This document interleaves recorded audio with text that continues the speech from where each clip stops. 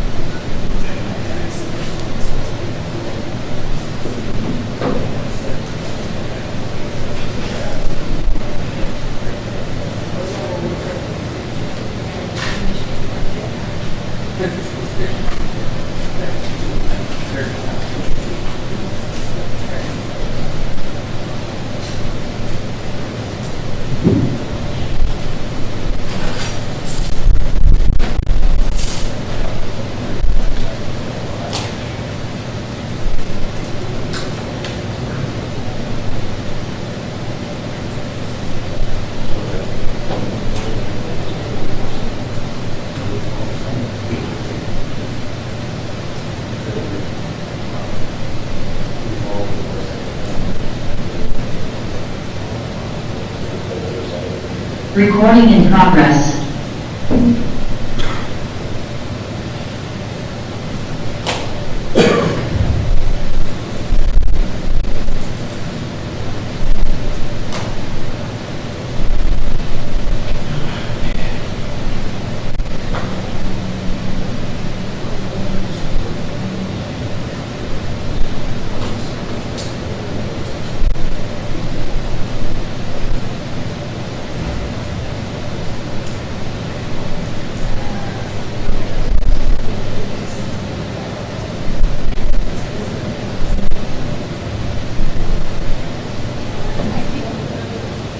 Well, good morning, everyone. I want to welcome all of you to this Board of County Commissioners meeting on this Tuesday, June 4th, 2024. It is now 9 a.m. I'm going to call this meeting to order. Please rise for an invocation by Commissioner Tony Haas, followed by the Pledge of Allegiance by Commissioner Luis Lopez. Dear God, thank you for the opportunity to receive us in your name. Please help us to overcome any burdens we may have today. Please give us the wisdom and the guidance in everything we do today, so that our words and actions honor your holy name. I pledge allegiance to the flag of the United States of America and to the republic for which it stands, one nation, under God, indivisible, with liberty and justice for all.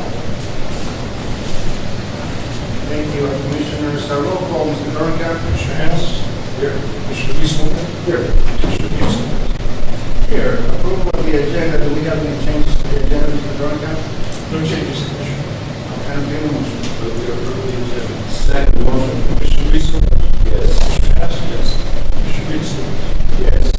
Well, good morning, everyone. Before I open up this meeting and pass it on to my fellow commissioners, thank you for being here, and sincere apologies for the bit of a disarray, but the construction that's going on is going to be worthwhile. We're doing an HVAC project, and so this courthouse is going to be given back to the constituents, we hope, in a much better condition here. Just bear with us. And as we were just chatting a bit early on, I can only imagine back when the drafters of independence, when they gathered together, possibly in a barn, right? So this is not too bad. So thank you for being considerate, and just bear with us, and once again, welcome. On that note, we are going to go to Section 2. There is no items on that. Section 3, reading of correspondence, Commissioner Committee reports. Commissioner Luis Lopez. Thank you, Chairman. Good morning, everybody. On the 23rd of May, the South Central Council of Governments convened in Walsburg, Rockland County, for our board meeting, and some great results are coming along in the Rockland County area. The Elder Center, what it's called, it's a senior center, but it's on Elder Street, so nice play on works, how we're going to name it, is under construction. And we got a tour of the facility. It's also be a future site on the same location of our bus barn. And we have Aaron Lopez here today, our Director of Transportation, who caught it. He's going to be speaking with some public comments for update of the talk. But some really great activity going on in council governments, and especially in the Pueblo County region. And I'm very proud to see the activity we're working on over there. We did have a very special moment. We had a retirement of Mr. Ray King for 26 years with South Central Council of Governments in adult services and healthcare. And so we were able to meet and have a nice special dinner for her in Baltimore last Friday as well. So our best to Ms. King in the future, and we appreciate everything that you've done for South Central Council of Governments for over 26 years. And the rest of it, business as usual. Moving on to the next meeting I have the next day was on passenger rail. We've had quite a few meetings with that. That was with the executive committee. The executive committee at that time has made the announcement to suspend a campaign at this time and wait until 2026 for a ballot measure regarding funding. Due to some circumstances with polling, which was strong, but it was just too short and not enough money to be a successful campaign at this time for 2024. And the legislation did pass two bills, which will be bringing in about $50 million to transit, which South Florida Rail will have a portion of that. Moving forward with a couple of bills that passed in the legislature. So we're going to be okay with funding-wise to operate moving forward with that. So that was mainly why the executive team decided to, in the leadership, make that recommendation to the board, which we did so on the 31st, and the board did convene and make a commitment to go in 2026 for about it. So the next couple of years we'll be campaigning and hopefully getting the footing we need to get that accomplished and have a successful ballot measure instead of a rush. There's still corridor identification plans being involved right now for these stations, and we're going to be placing those. Municipalities are heavily involved. We're going to be bringing in Wayne Sanders with rail, Sanders, to come to Los Angeles and Westfield County to discuss with civic leaders, county and city, and community to see locations for our training depots here. I'm not going to wait until we have the whole thing planned out for 20 years from now, and I'm gone. I want this done now. So we can start identifying where our training will eventually come through that. It might be 15 years from now, but we better start doing that. So I'm going to be very proactive on that, and if I get from to our meeting. And short with that, CCI, the three of us were attending that. Our board members, Tony Hass, discussed the CCI conference. And yesterday we had a meeting with Representative Leonard, John Lucia, County Commissioner of Pueblo County, Commissioner Andrade from Broward County, and Senator Pelton, and Stephanie Rodriguez from South Central Council of Governments. We are visiting with them for the introduction of legislation to stop the TPR boundary changes and to request in this legislation to add another TPR to the State Transportation Advisory Commission. And we've got it blocked for this at this point from making that ruling and taking away our voice here in Southern Colorado. We want to target and adding a voice up north for Southern County. We're making a request instead of merging South Central with Southeastern, which probably relate to I don't know, $30 to $50 million over the next 10 years in projects that would probably be lost or money to be diverted and would be for our region. And I think more importantly, what it's going to hurt is power and Otero, Platte County, the projects that I-25 is going to have that constant demand and need for improvements over the next year, especially with the I-27 infrastructure coming from that turning service. So we averted that at this time. The meeting was purpose was to meet with legislators and start a plan to introduce the bill for next year so we can avert this whole process and add a teacher our teaching for something. I'm sure that's my report. Thank you, sir. Commissioner Hess. On May 22nd, the Colorado Outdoor Strategy and Agritourism Committee met, and this meeting was to continue making suggestions to the national plan to expand agritourism in southern Colorado, specifically southern Colorado. I was asked to fill the ag seat, and so I submitted my application to the commissioners, and we'll see if the governor will put me in that position. From May 25th to May 27th, all three commissioners attended the CCI's summer conference. CCI staff updated this on 705 bills that were introduced. CCI took a position on 128 of those bills. 12 were CCI priority bills, and the staff was very successful in getting the required results from our membership. Water was a huge topic, as well as housing. Human services, renewable energy, and the future of ag were the other topics that were discussed. Travis is going to talk about the Ag Committee. Travis Smith, Taylor Zalaji, and Aaron Carney from CCA, CFP, and Colorado Water Congress all participated in that panel. And probably the topic that drew the most attention in that committee was the reintroduction of the wolf and the depredations that have occurred out there in Middle Park, 11 of them now, by 2 wolves. It's disturbing to think that CPW and the governor and DNR haven't paid that individual, that ranch. It's all off of one ranch, 11 depredations off of one ranch. And it's a young family with 3 small girls and operating on borrowed money, bought the cows, the wolves that ate 11 of them, and they haven't been reimbursed for any of those yet. It's been 6 months since the first depredation. It's really disturbing to me. And also, they haven't defined chronic depredation. And if they would hurry up and define chronic depredation, legal takings would be available at that time, because it's slaughtered 11 head out on that one ranch. And they're going to continue slaughtering them because they have again there, they have pups. And they keep coming back and forth every 2 days to take down the cow. Anyway, because of that, I made a heartfelt plea to everybody that was in the audience, because I know they're all passionate about ag, and they wouldn't have attended that ag conference. And I asked them to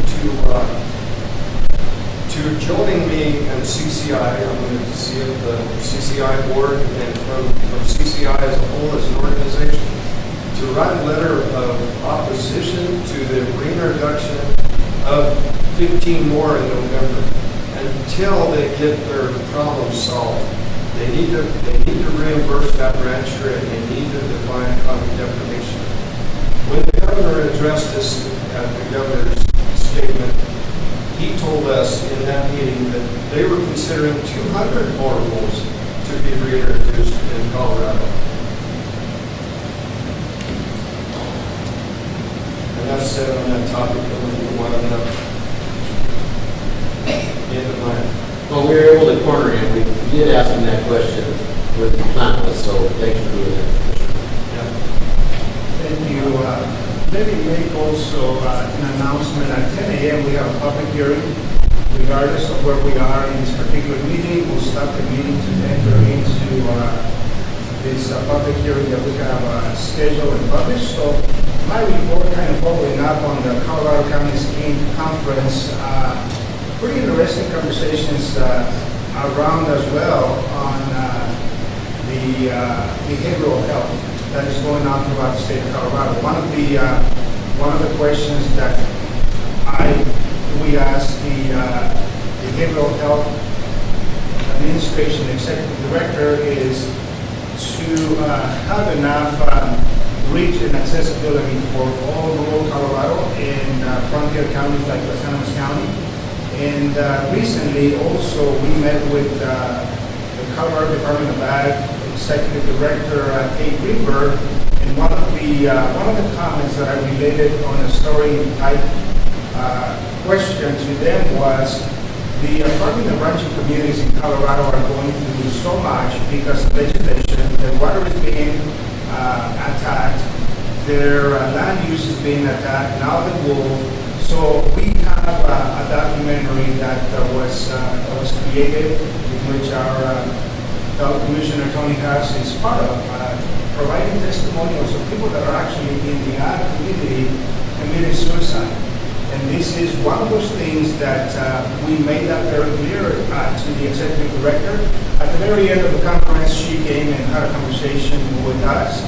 Los Angeles County, very interested in coming and visiting with the farming and ranching community. But of the many issues that we had, that is one that is being forgotten. Behavioral health is basically Denver, all the Metroplex big cities. So we invited her to come down, visit, and see what's happening in rural Colorado. One of the things that is also impacting our communities is these unfounded mandates and regulation. For the farming communities now, there's a minimum wage that they must pay, and for a lot of them, which is, it's fair and it's okay, but at the end of the day, they have to comply with all. Basically, as a small business owner, they have to do reporting. So this is something that they are not accustomed to.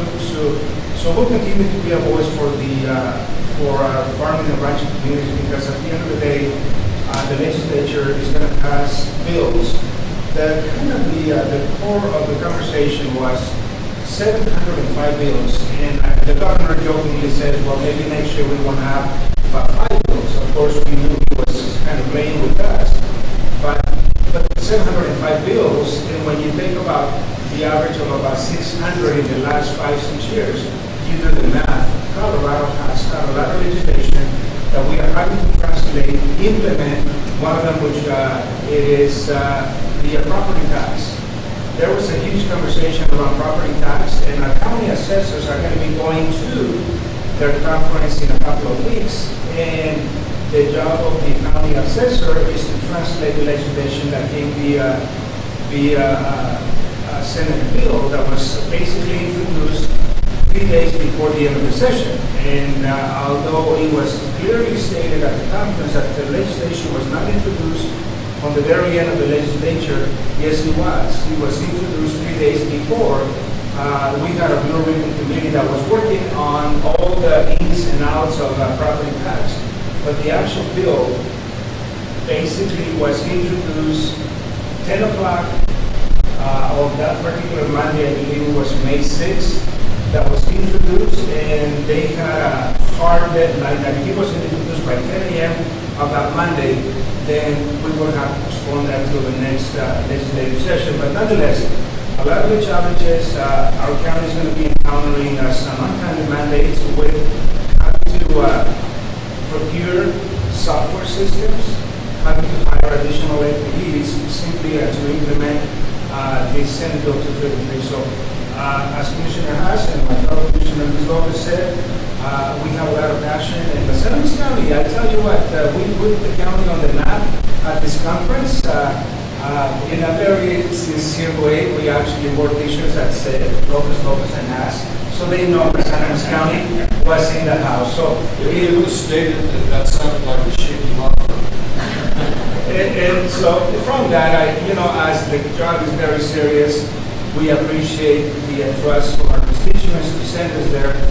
but have a voice and be a voice at the table. So that was an incredible conference. I really enjoyed it.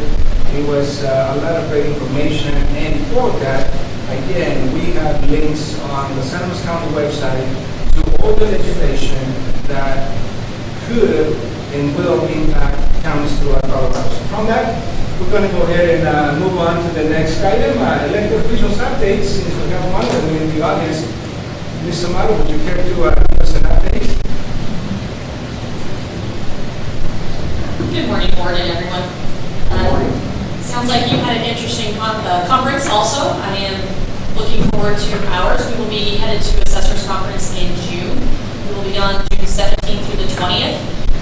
The majority of our conference is going to center around the Senate bill and how we're going to break it down. We're going to have legislation there. We're going to have our attorneys, of course, 64 assessors, Department of Taxation, and we will be breaking that bill down to hopefully get a better understanding of what we have to do. Currently, just to give you an update, we do have counties that their software companies are dropping them because of this Senate bill at this moment. They do not have the capability, the time, the manpower to build code, rewrite code to accommodate what this bill is going to require should the two initiatives in November not pass. That's going to be a large topic we discussed too, is how both of these initiatives work in conjunction with the Senate bill, which they don't. If either of the initiatives pass, then the Senate bill dies right there. But as assessors, because of our timeline and because of the way our timeline works, we already have to start preparing because this bill will affect what we do this August and November when we have to certify to cities, counties, fire districts, ambulance districts, school districts, to everyone. The Senate bill as it writes now is being passed that it's going to save you local property tax. In a sense, it's just transferring dollars from other entities to school districts. Because school districts will have a higher assessment rate, all other entities will have a lower assessment rate. We're just going to be paying into your fire districts and your ambulance districts a little less funding and shifting it towards the school districts. So please do not anticipate seeing a drastic decrease in your actual tax bill. That at this moment is not what this bill is going to do. This bill essentially was designed and written to put local property funding to school districts so the state doesn't have to use as much of their state budget to fill and to fund school districts. It is going to be off the local level. That's what they're transitioning to. So we are trying to, currently our software system, as I told you a couple weeks ago, we don't have the capacity to implement this bill yet. Thank heaven we are on the Tyler technology system. We're working in conjunction, getting the ball rolling, but everything's sort of on pause at the moment because we really don't, Tyler doesn't, from their government processing side, they don't want to put the funds and have to pay people to start this programming because we're waiting to see what the Colorado voters tell us in November. So it gives us literally a 30-day window to either flip the light switch on, go for the Senate bill, or flip the light switch off, no, don't go for the Senate bill. I will have a better understanding of both of the initiatives. Reading the ballot initiatives myself, and I am not an attorney, just my interpretation as an assessor, they're not going to do as much harm as we're running the numbers of the total state. One, we have to get to a 5.5 increase, and one's a 4 something revenue increase. Even with the largest valuation increase we saw, we were at like 3.4% increase as a state. So these ballot initiatives, it doesn't look like they would kick in unless we see another very large, drastic market upturn. Which, speaking of the market, we are starting to see the housing market. It's not slowing, but it is not as hot. It is getting a little cool. Things are on the market a little bit longer.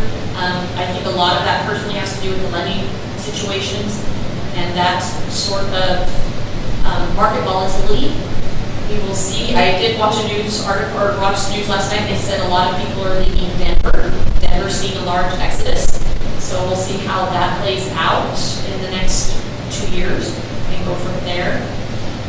Hopefully I will have a better answer and can help guide the county as we go forward after my conference. This is, unfortunately, property taxation has been the hot topic and the last minute bill item for the last 4 years.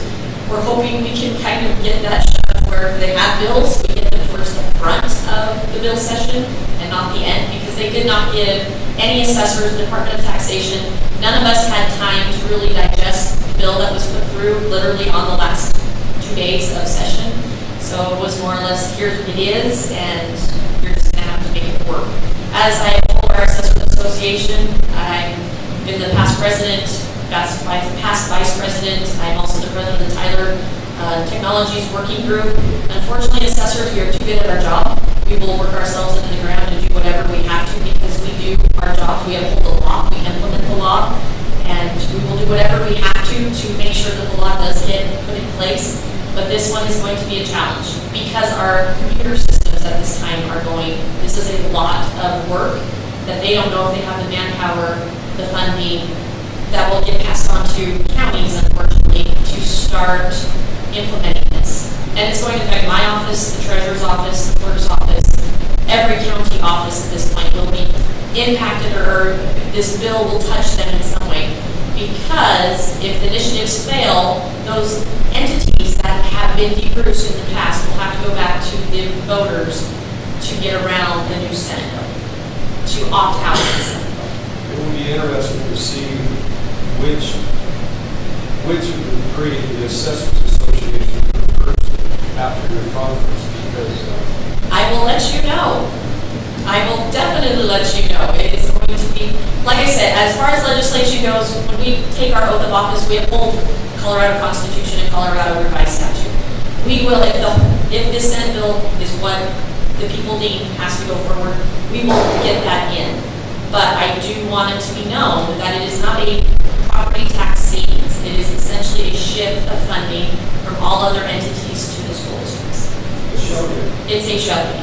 And that is where I myself am very upset that it was touted as a tax savings when in reality it is not. And then push those last minute bills intentionally, Mr. Motto, so that we do not have a chance to properly vet. That's correct. That's exactly what they did. That was intentional. Yes, and just like commissioners, you all know, you know that everything that was in that bill did not come out of the blue ribbon panel. I had this colleague, Department of Taxation, the head of the Department of Taxation, all sat on that. Everything that was in that bill that they are saying came from the blue ribbon panel is a bull-faced lie. when we heard that, because we had that little presentation in one of our breakout sessions, we heard that all of these suggestions came from the ribbon family.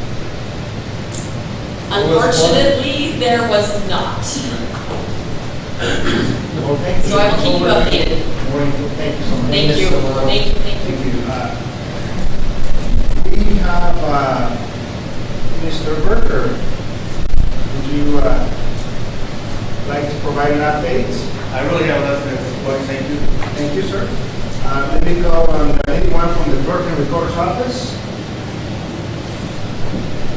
Anyone from the treasurer's office? Got a message from the sheriff's office. Anyone have anything to report? Anyone from the district attorney's office? Hearing that, we're going to go to the next section 5, presentations. Ms. Holman. Yes, good morning, daughters of the American Revolution. Please, good morning and welcome. Thank you. Good morning, commissioners, ladies.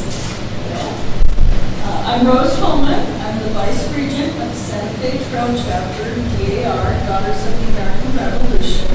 I'm here today representing the DAR Literacy Promotion Committee and share the accomplishments from receiving the Los Angeles County nonprofit grant.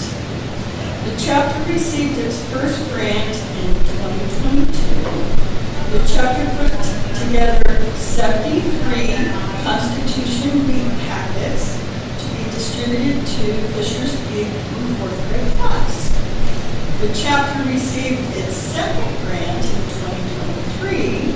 The chapter started working with Scholastic's Literacy Partnership. Through the Scholastics Literacy Partnership, the chapter was able to distribute 261 elementary summer school books to 4 schools in the Los Angeles County. We expanded the distribution of Constitution Week packets to 125. The Constitution book was incorporated into other school studies.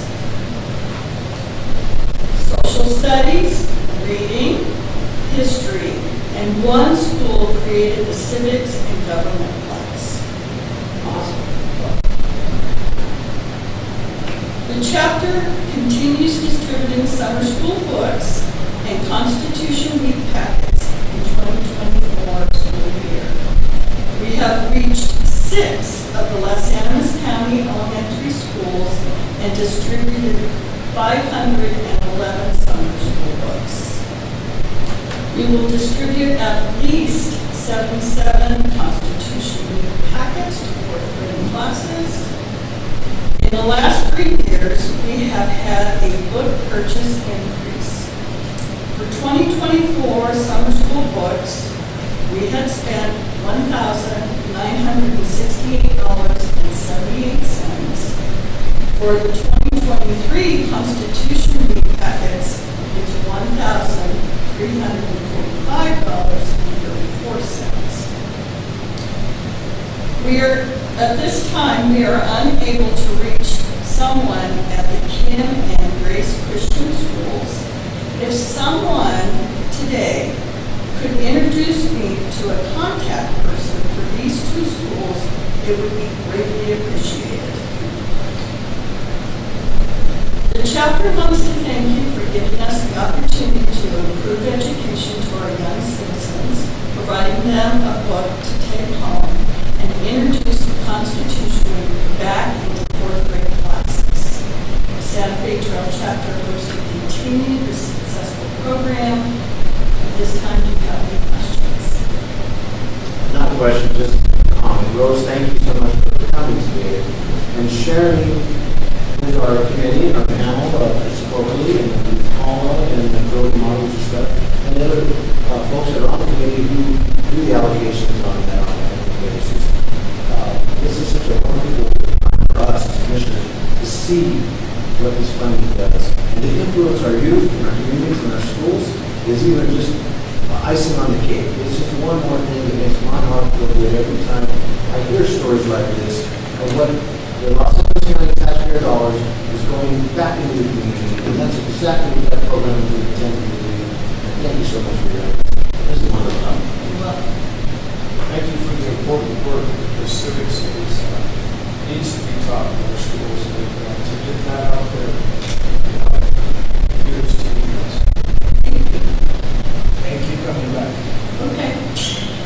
As long as the taxpayers continue to approve that, and certainly that is going to be one of the appropriations that we'll continue to work with the community. Once again, it's to provide and make an impact at the community level, so thank you so much.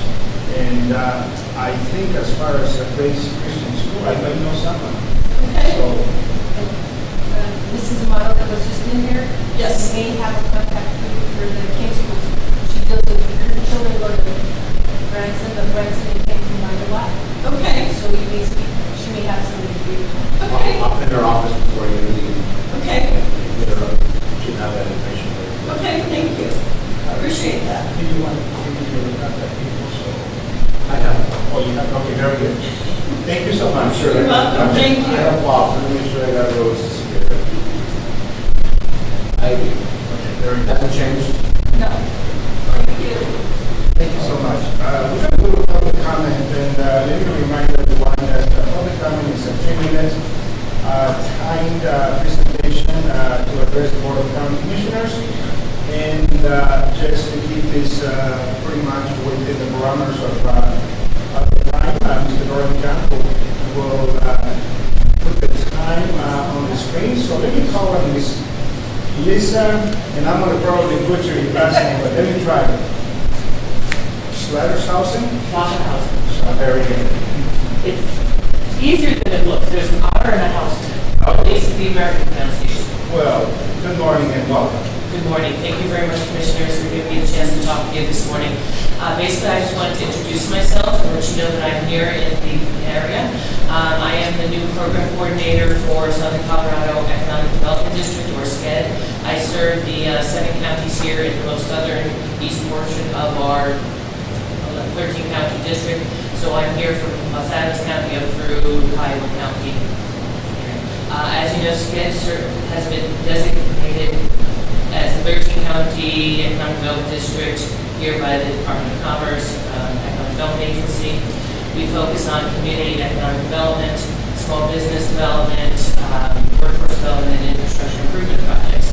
I believe my supervisor, Leslie Mastrioni, was here a couple weeks ago, or a month ago or so, to tell you that the Colorado Broadband Office gave us an additional grant to serve Highway 12 here in Los Angeles County. And then last week we found out you got another grant from the Colorado Broadband Office to serve additional communities here in Los Angeles. I believe it's El Moro and Santa Fe Trail grant communities, but I'm not 100% sure. Leslie would like to come back and speak with you with more details on it later this month, early July, as she gets more of those details. I know I think we'll give time. I would like to leave you with my business card and flyers of our services that's available to the county and municipalities here in our district. So we have 2 tiers of service, our core service, and then we just rolled out a fee-based service for some additional services that some of our smaller municipalities could use to help offset some of their workload.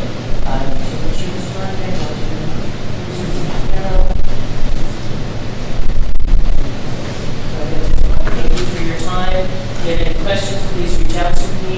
I am here. I travel throughout the counties all the time. Well, if we can engage during public comment, you need my card. And after the meeting or tomorrow, reach out to me so we can have a session. I'm your home with work, but we're not voting on it.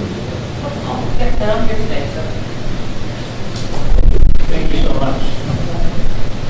The next person that we have on public comment is Mr. Aaron Lopez. Good morning, sir. Welcome. I invited Mr. Lopez to come in and give us a brief update on costs. Good morning, Commissioners. My name is Aaron Lopez. I'm the Transportation Director at South Central Council of Governments. And I just wanted to come here today to remind and let people know about our transportation service, but it's a demand response service for the general public. And we operate in Los Angeles and Berkeley counties. But it's a service that we provide transportation for people's day-to-day needs. We take them to medical appointments, we take them to work, we take them to the grocery store, to do errands, whatever they need, and we'll pick them up at point A and take them to point B. But for the 3rd summer in a row, we are going fare free on most of our regular routes. We've done it, 3rd summer in a row, and the previous 2 summers, it's allowed us to reach more people and help more people. So that's, and I know sometimes the cost of the service can be a barrier to people using it, free fares for the summer through August. So that's really all I had to say today. Thank you, everyone. Thank you. Hopefully the media will pick this up and get it advertised. Thank you, Mr. Lopez. We're going to go to, from this portion of the meeting, we're going to go all the way to section 8, unfinished business. We have none. So we're going to jump to section 9, new business. 9A, consideration of IFP. My sincere apologies. Do we have anyone online that this time would like to use this opportunity to address the board on the public comment? Commissioner Lopez.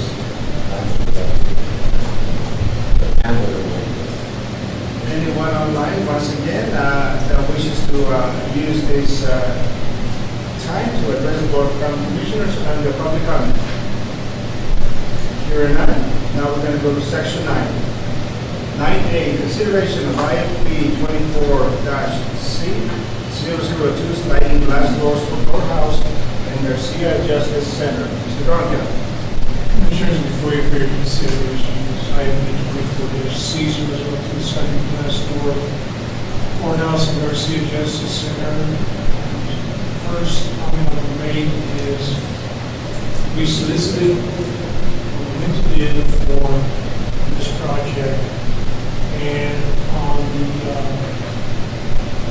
page 222 of the page subsequent to the yellow sheet, I did not realize that after I sent out the packet that me and Adobe are still having issues. So I believe there may be a bunch of X's across the alternate pricing. Is that correct? I'm not sure what you see or do you have as an alternate.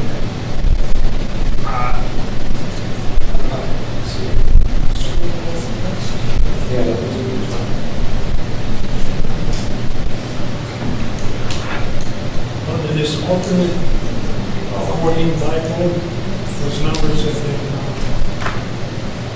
updated. If those numbers are wrong that you have there because they've got X's or blanks, what those numbers, I'll give you a chance to grab your pencil and pen.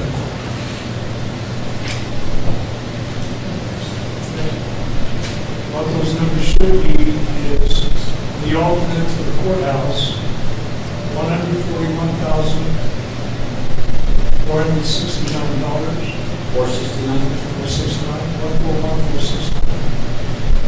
And for the Justice Center, $40,472.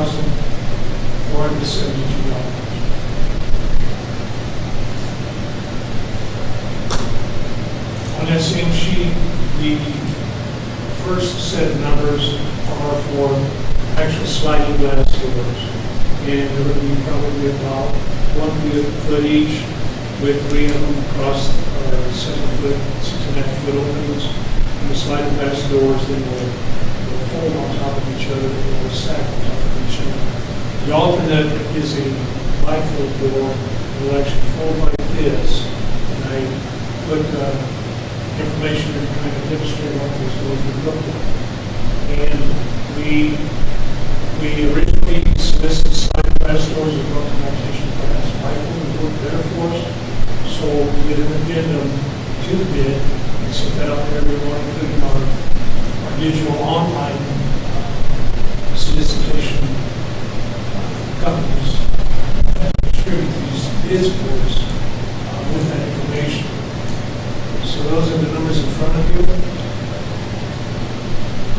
Mr. Gordon, the apparent bidder is in the audience, so if there's questions. I have a question. So these bifold doors, are there pinch points there for little kids to get fingers in? It appears to be yes.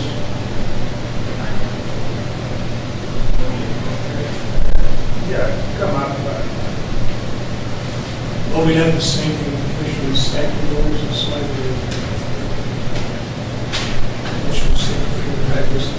Great, Chair, Construction Group, project manager, so I was asking Phil a couple of questions to make sure we give you guys a project or a product that you guys are desiring for the courthouse. It's kind of hard to hear with the AC unit you're asking about. Which points or He's got it running. Thank you.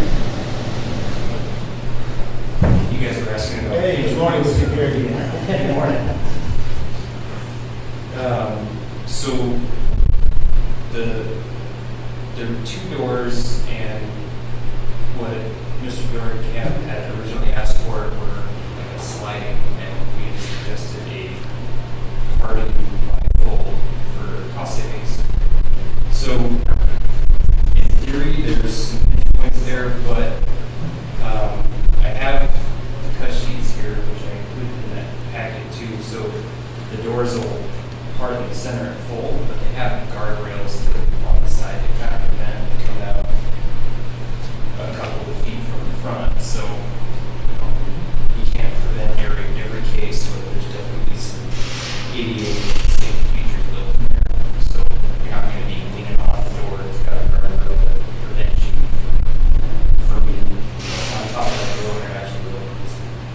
And I think, Commissioner, also, they're going to be motion detected activated, so as a citizen approaches the doors, they're going to open, it should be open.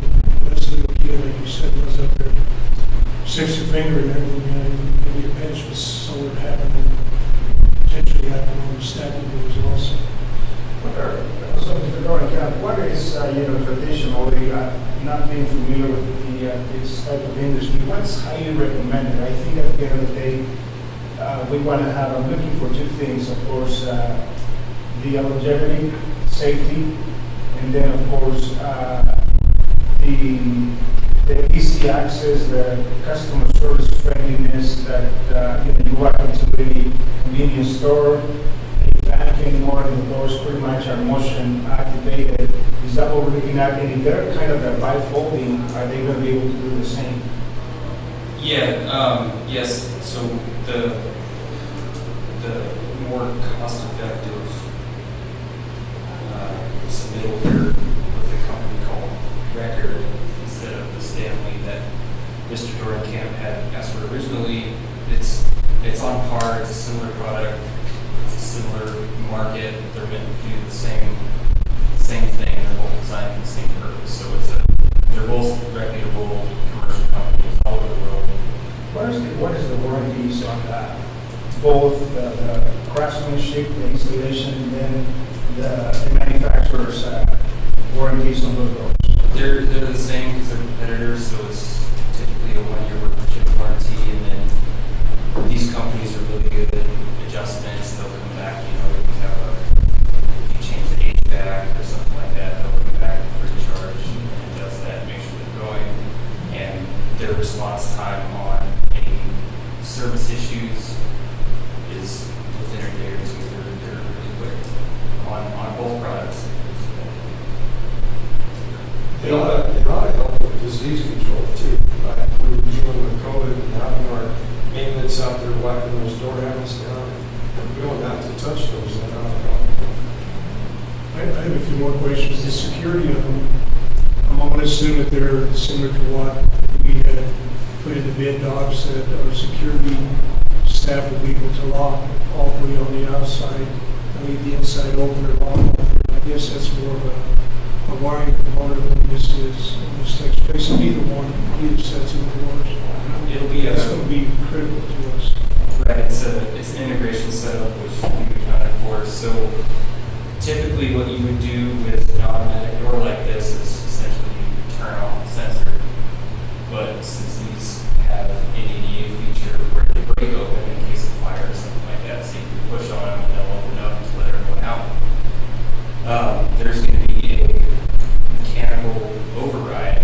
So at security or wherever else you guys decide to put it, there will be a key lock, or we can switch it to some other hardware if you want. Usually the key is the easiest, but basically For each individual door? Or it'll be the exterior set on one and then the interior set on another. So in an emergency, security, or like I said, wherever we decide to put it, can flip that key off. All the exterior doors are going to lock down, no breakaway, no nothing. And then, go ahead, sir. The sheriff's office, I don't know if that's a different item, but that'll be the same kind of setup, just on the interior set like we were talking about. And then security after hours, as you talked about, it being pushed out. How secure are they? Because we don't want someone inside the courthouse. Right, it's essentially, I don't know if you guys have that lock, that extra gauge, but it's a pin that comes down to each door, so it's going to take some serious force to open those doors if they're in lockdown mode. And then what about the lockout mode if this courthouse is sitting, a fire starts after hours? And I guess that's something that we would need to coordinate with Trinidad Fire so that they would have access to get in, I assume, home button or something, panel, or how does that work? So the two pairs, so the middle pair and then the one to the north are going to have key function still. What we can do is integrate the lockdown on the automatic door into the fire system. So if the fire alarm goes off, it'll trip the door to automatic, but there's always going to be access on the other door with the key. So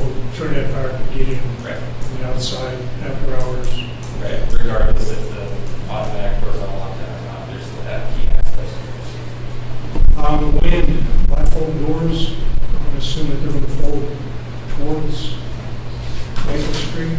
And how's that going to work with the winds we have in the west? It shouldn't affect, because that's one of the things I had asked about that. In my personal experience, we've done similar doors on other highway environments, so it shouldn't be an issue. He wasn't worried about it, even with higher gusts. And then, how big a swing is that bifold going to have? I guess it was about 7 feet across, so theoretically 3 feet, is that? It'll be less. So a foot and a half? It's hard to say without having a firm shop dimensions down there. But I mean, it'll be less than 3 feet, and that railing is going to go out farther. And wherever that door's going to swing out, that's part of their design. So once we get finalized shop drawings, you'll be able to see like the actual measurement. It's just kind of hard for me to give you that exact, 3 feet, whatever inches, until we get this one. And then the protection zone, when a citizen approaches, we have some type of protection mechanism. You'll say, okay, is that going to be adjustable? It should be. The timing, the window for detection, the speed the doors open, that's all programmable, adjustable based on And how much force, for instance, if the little guy gets in between it, it's shut off like an elevator door so it doesn't potentially cut a finger off or something. I would have to clarify that, like the actual force rating, but almost every auto door now has that feature, so it's probably going to pinch, but they'll still be stopped and come back up. Like an elevator door. Yeah, or the grocery stores. Same thing. So, will the handicap door have the motion sensor as well, or just all three of them are there, the motion sensors? How we stop or target them all three open at the same time when we have people approaching? Is there a way to adjust that? So the auto doors are just the south set. So there's Just one. right. So there's one on the exterior, and then just inside would be the second set. So But it's not all three up in the front, no, exterior commercial? no. That's just And- the interior. Right, and to unlock the exterior, not overly load that heat or unlock the doors themselves. The interior sets the north pair is exit only, can't get in there. The middle pair unlocks into security, and then the AD doors, automatic doors on the south side will grab into security. So The quality motion detection. the other two front doors will remain the same as the other one? No, the motion detection. Those as well. Yes, that's approach. So all 6 sets of doors will be replaced. All 6 are being replaced, but the automatic doors are only on the south sets. The motion detection, Yes, and how are these others? they're manual open and unlocked. I don't know that that's where the bid docs would go. We can go through that. Yeah, I think we can adjust it too based on that. That's how I read it. So it was automatic doors are staying automatic, and then everything else was getting upgraded hardware and that kind of thing. So we locked in. How would we open bifold doors manually?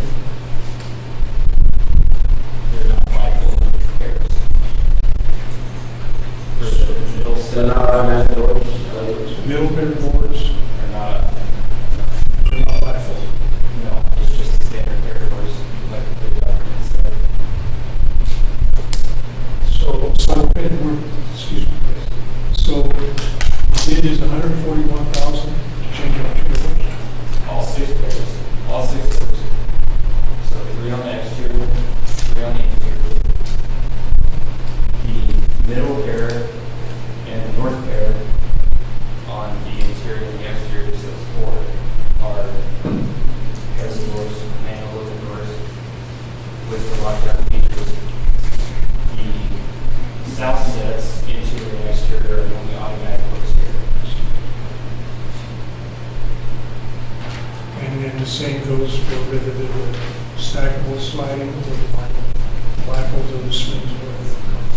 Yes, whatever options decided for automatic doors only, so it'll be the sliding or the stackable based on what you guys decide. You talked about cost saving too on the fold up and the sliding. I think you mentioned that. Yes. So what is the difference between the sliding door and the folding door? Apart from operation, different manufacturer, but they're both reputable, used all over the country, all over the world. So. What the dollar amount, the savings? So the first set, because I have what I gave Mr. Camp here, so the complete set is for what was originally specified as Stanley automatic doors is a total of $230,640. The change to the record automatic doors brings the entire total down to $181,940. So the pairs of doors, the 4 pairs of doors are not changing.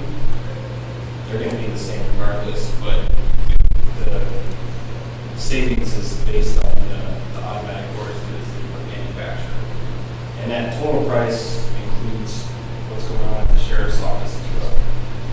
So we're looking at, I guess, 7, the 6, and the 1, that's the total bill. 2 pairs, so interior and exterior of the sheriff's office. So for the entire project, it's 4 automatic doors and 4 manual pairs. Is that what you Commissioners, I'd ask the board to reject all bids because we want all doors to be motion activated. And I thought that's what we were bidding on, Page 247 of our packet, your document states that. So apparently there's a breakdown somewhere here. No, we don't want to continue with hand-operated doors. That's the whole purpose for changing out the doors, otherwise we'll have to work. You will go and put another bid out. I think we have no choice unless you bid, during that construction bid, with the understanding that 4 of the doors will still be manual of the 6 here. And only the 2. What I prefer, as the other bid accurate to the description, if so, I would recommend we table this at this point to revisit that. So that Mr. Camp reviewed. Right. I have not spoken with the other. Right, just because we have to protect ourselves from,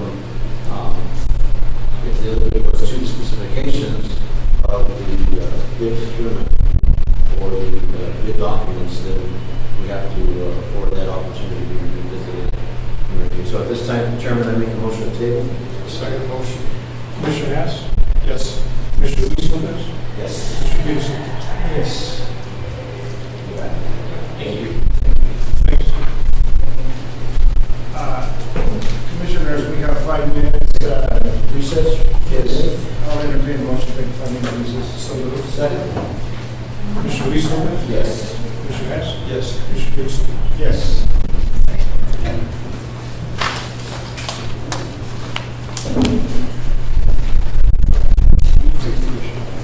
Just hold on until we get the hearing started, because there's a few of them.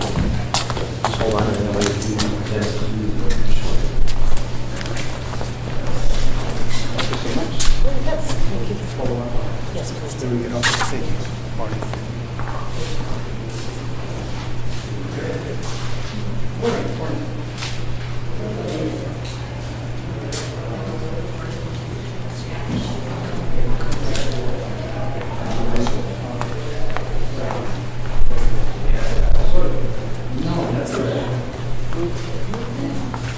Anybody that's going to speak for public comment, you might want to send that back around that sheet.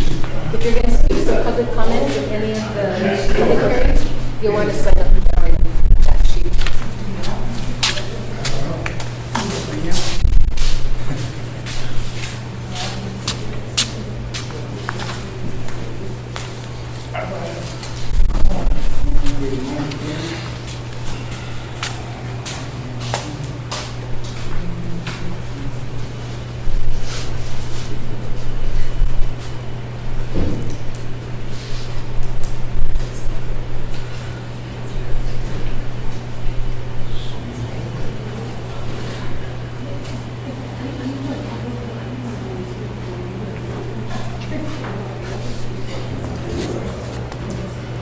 Recording in progress.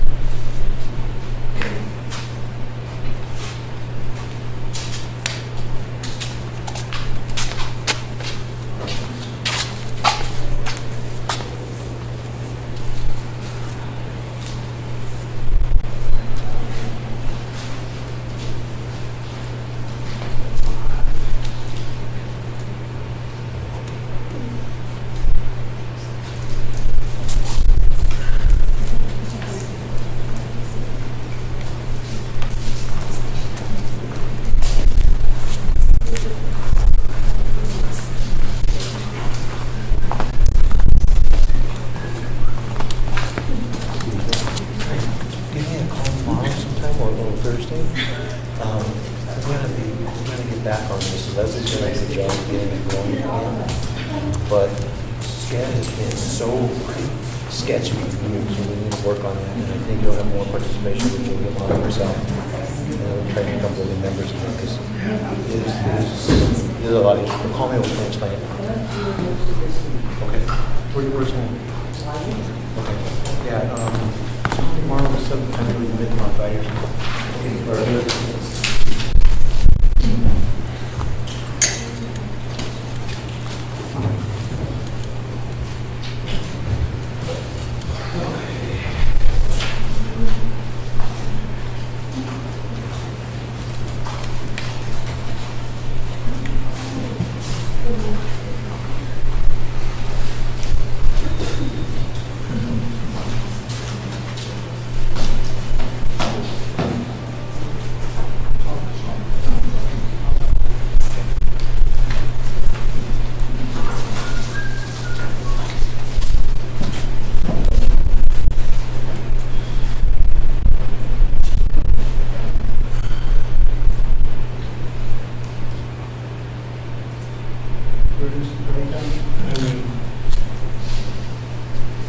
Good morning once again. Today is Tuesday, June 4th, 2024. It is now 10 a.m. We're going to be entering into Section 7 public hearing. Let me remind all of you that are going to be testifying either for or against a proposal. I'm going to ask that all of you remain civil, that you keep your comments respectfully. At any point in time, if the language deviates from the actual application, I will, as a chairman of the board, will have to ask you to refrain and stop your comments. Part of the process that we have here is to hear both sides of each one of these projects, and the board will make a decision thereafter. So, having said that, let me now enter into 7A. We're going to be new concurrent Colorado liquor license application by Legends Petroleum Limited Liability Corporation. And council is A and B, basically.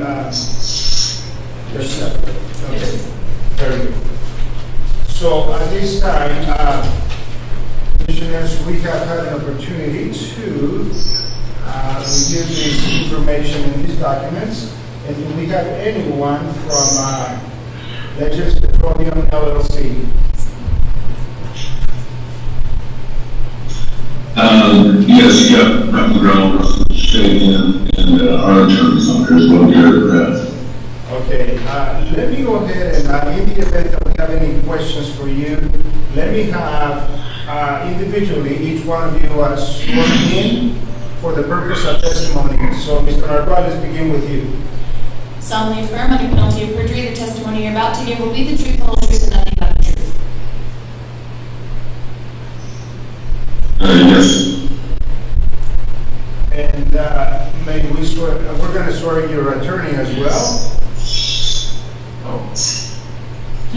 Solemnly affirm under penalty of perjury the testimony you're about to give will be the truth, the whole truth, and nothing but the truth. I do. And please state your name. I apologize. Can you repeat that? I didn't hear that. If you could state your name, please. Oh, yes. Gary Brown, Master, LLP, registration number 475. Thank you. Thank you, gentlemen.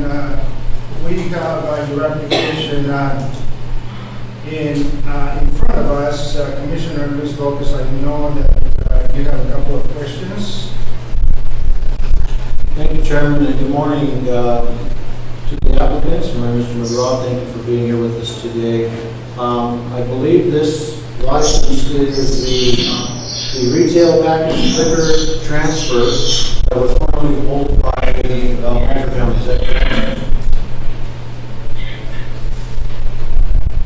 Can you hear me? I'm sorry.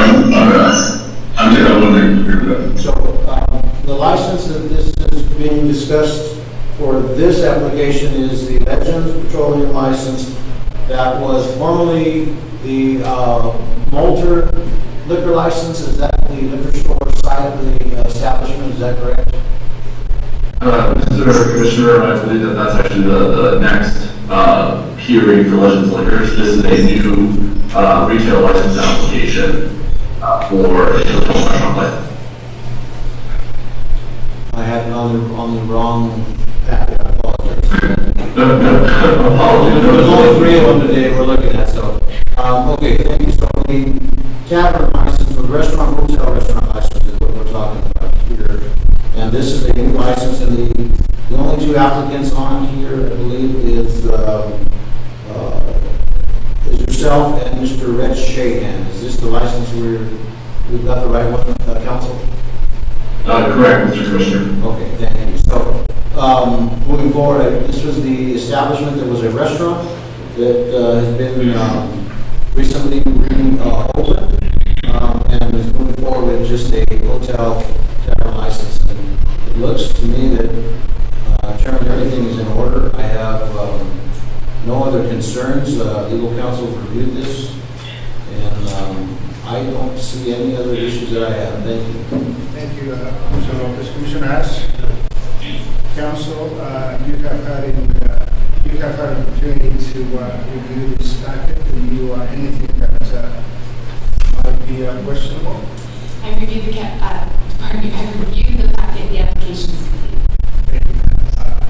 And I know from if it would be complete also from our clerk's office, there will be a comment seeing commissioners if we don't have any additional discussion questions for this particular item, the new current Colorado liquor license, retail license applications by Legends Petroleum LLC, I will then entertain a motion. Oh, yes, for today, do we have anyone? It's the construction, Chairman. It is. It's got us thrown off in here. It is. Do we have anybody either in the audience and or online that would like to provide testimony in opposition of this particular application?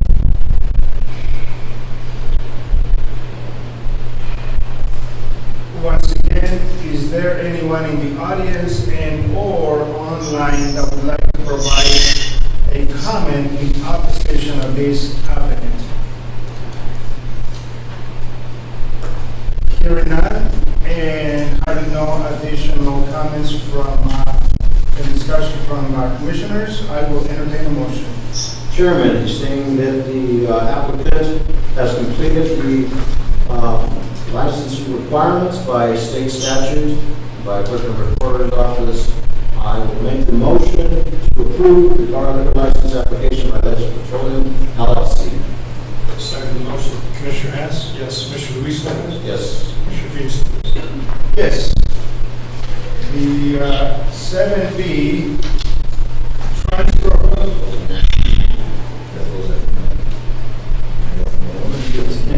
So, having approved that, this hearing is closed. Mr. Murdoch and Mr. Brown, thank you so much. This hearing for this particular section is closed. And so now, we're going to be entering into the next one, 7B, transferring of ownership, Colorado retail liquor license application by Legends Liquors Limited Liability Corporation. The same thing is going to be Mr.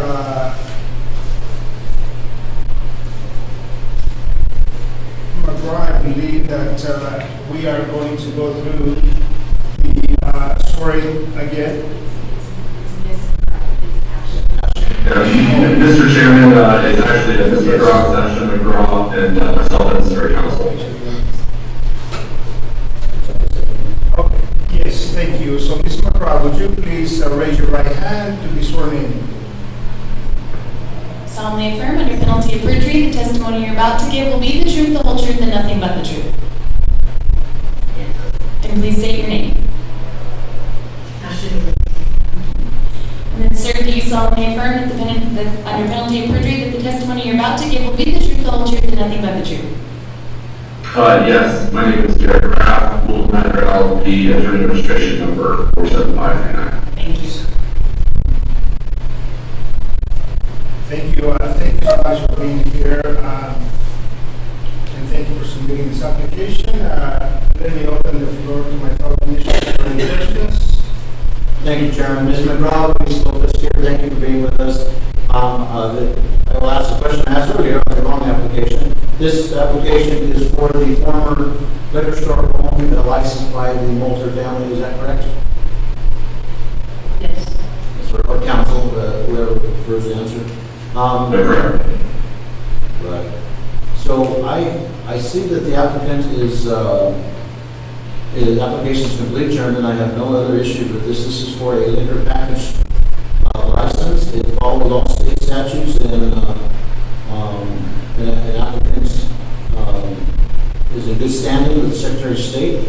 And I have no other questions other than a thank you to supporting and moving forward with this community. For opening businesses, it's a very tough thing to do in a small community, and I think it's a welcome asset to that part of our Los Angeles county. Commissioner Harris. No comments. It looks like it's very appropriate. Madam Council. I reviewed the application. It is complete. Do we have any additional questions for the participants? Let me go ahead and now at this time call on anyone that would like to provide testimony in opposition of this particular applicant. Once again, anyone either present or online that would like to provide comment in opposition of this particular application. Hearing none, I'll entertain a motion. Move to approve the Colorado liquor retail license application by Legends Liquor LLC. Second the motion. Commissioner Luis Lopez? Yes. Commissioner Hess? Yes. Commissioner Felix Lopez? Yes. Thank you. Thank you all. This hearing is closed now. Thank you. Thank you. I'm going to go to 7C. Special use permit 2024-006 by Kylie Amigo, DBA, as the Santa Fe Tavern Bar located at 1920 North Dillon Avenue within the Hillview Addition Block 5 lots 9, 10, 11, and 12. Their proposed special use permit will not change the zoning, but if granted will allow non-conforming use within the zone that is not otherwise allowed without special use permit. Mr. Lucero, good morning. How are you, sir? Good morning. Would you please raise your right hand? Solemnly affirm under penalty of perjury, the testimony you're about to give will be the truth, the whole truth, and nothing but the truth. Yes. And please state your name and position. Robert Lucero, Planning and Use Director. Today's hearing for the special use permit for caterer meal at the Santa Fe Tavern and Bar is before you. Just a little bit of history on it. The Santa Fe Trail Tavern has been closed probably for over 20 years. It was established probably in 1960s, I guess. And then since it's been closed, the building has been completely remodeled. Over the years, because I go by there every day, the weeds are always maintained. There are no lunches through there, no more than nuisance weeds. They've always kept it cut down. The planning commission reviewed this, and they did make a recommendation for approval on this. Since then, the health department did make a visit to the facility a while back. They didn't do it prior to our planning commission meetings. They were tired of conferences. They did go through the building. They made a few minor things that they needed to do. They requested that 5 days prior to their opening, that they give out all our referral agencies were notified, which was included the Fisher Fire Department, which would take care of that. We received no comments on any other fire issues. Thank you, Mr. Lucero. So in the renovations of the tavern from the 60s to today, it meets all compliances with all of ADA and every other aspects of construction and proper permitting. And I believe the health department does have somebody on. I don't know if they wish to give testimony today or not. I don't know if it is imperative that is necessary at this point. This is basically for the SAP, not even for the business license. And then the parking issue, is that going to be anything that the commission discussed with the applicant?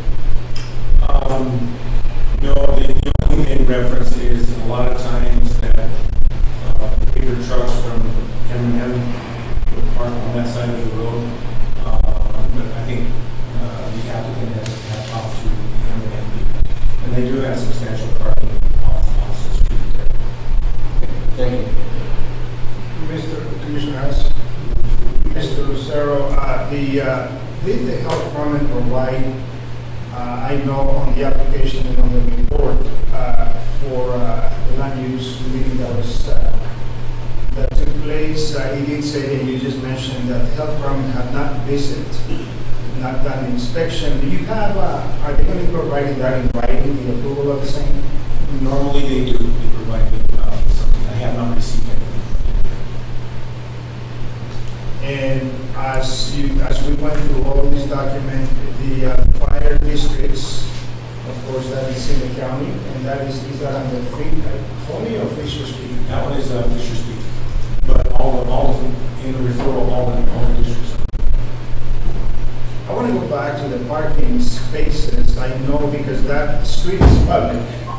I don't know that we can, as a county, mandate anyone to vacate any kind of a public roadway, but is there enough parking space according to your inspection to accommodate the traffic that could be attending this particular property?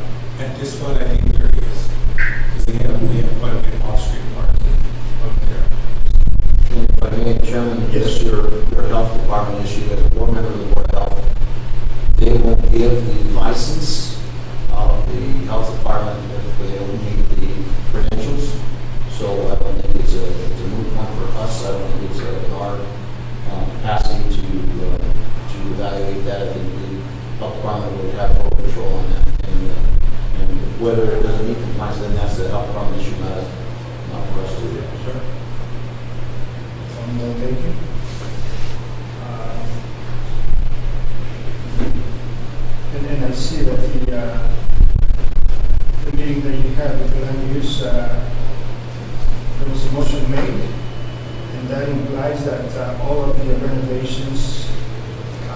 included fire, ADA, parking were all met, and recommended to the Board of County Commissioners for approved by the land use. Yes.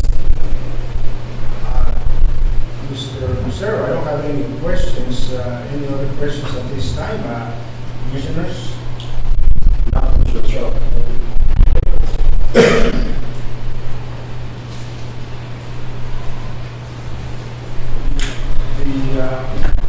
I would like to, do we need any questions for the applicant?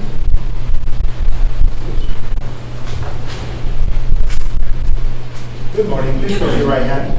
Solemnly affirm under penalty of perjury the testimony you're about to give will be the truth, and the truth and nothing but the truth. Yes. And please state your name. Kaylee. Good morning, Mr. Rijo. Good morning. Thank you for being here.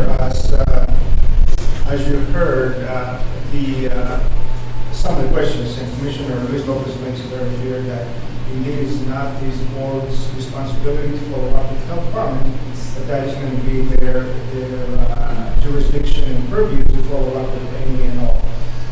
Any indications from the health department to you that the facility is not meeting? No, the health department went in there and we had to do a walkthrough, and she said that our bar was one of the nicest bars that was on the block, and she didn't have to do really anything much to, for her. She said that we need to get a washing sink, and then we just got that, and that was it. And she went through a walkthrough, and she said that everything went perfectly good for her, and that we just had to go and give her notice a week before we opened so she could do the inspection and approve us. So I have to be careful in my questioning for you, Mr. Amigo, regarding the SUP. So I'm going to try to keep those for this one, because then after this session, we have a license application for the liquor license. So I'm going to try to keep my questions separate and don't merge them together. So the question I have on the SUP here is going to be the building itself. And I asked Mr. Lucero, but I need to hear from you regarding the compliance of the renovations, and these all the ADA, knowledge. Yes. Yes, it is. You reached out to the fire department as well? Yes, I reached out to the fire department, and they said that it's the Fisher's Peak, and that they have to go through a process to get them down here because they are down here, I guess.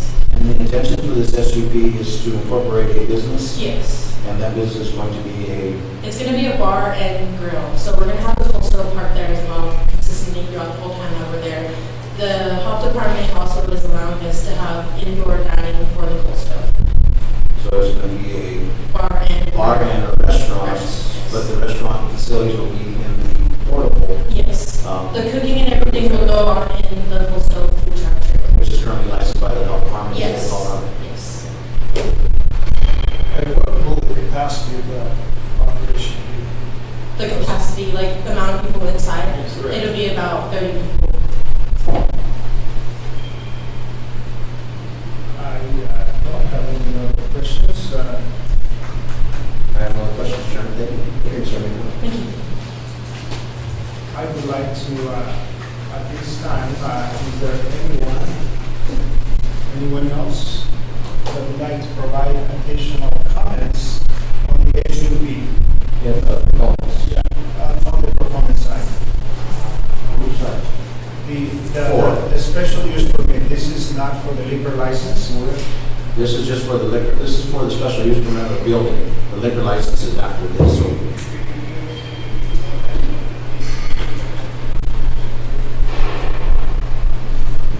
Based on the recommendation that we have given by the land use. Yeah, based on the recommendation that has been given to us, the recommendation is on the table, but let me go ahead and once again, for the special use permit, anyone against opposition for this particular SUP approval?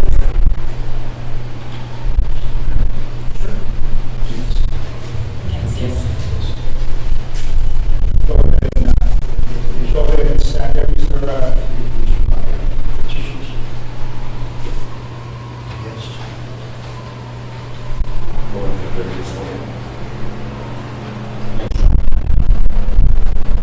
Good morning, sir. Would you please raise your right hand? Solemnly affirm under penalty of perjury the testimony you're about to give will be the truth, the whole truth and nothing but the truth. And please state your name. Thank you, sir. Good morning, Mr. Hill. So this morning, in front of the Board of County Commissioners, we have the approval of the building. Not necessarily, this particular section of the hearing does not apply to the liquor license, but it is the approval of the land use, the special use permit that they're applying for.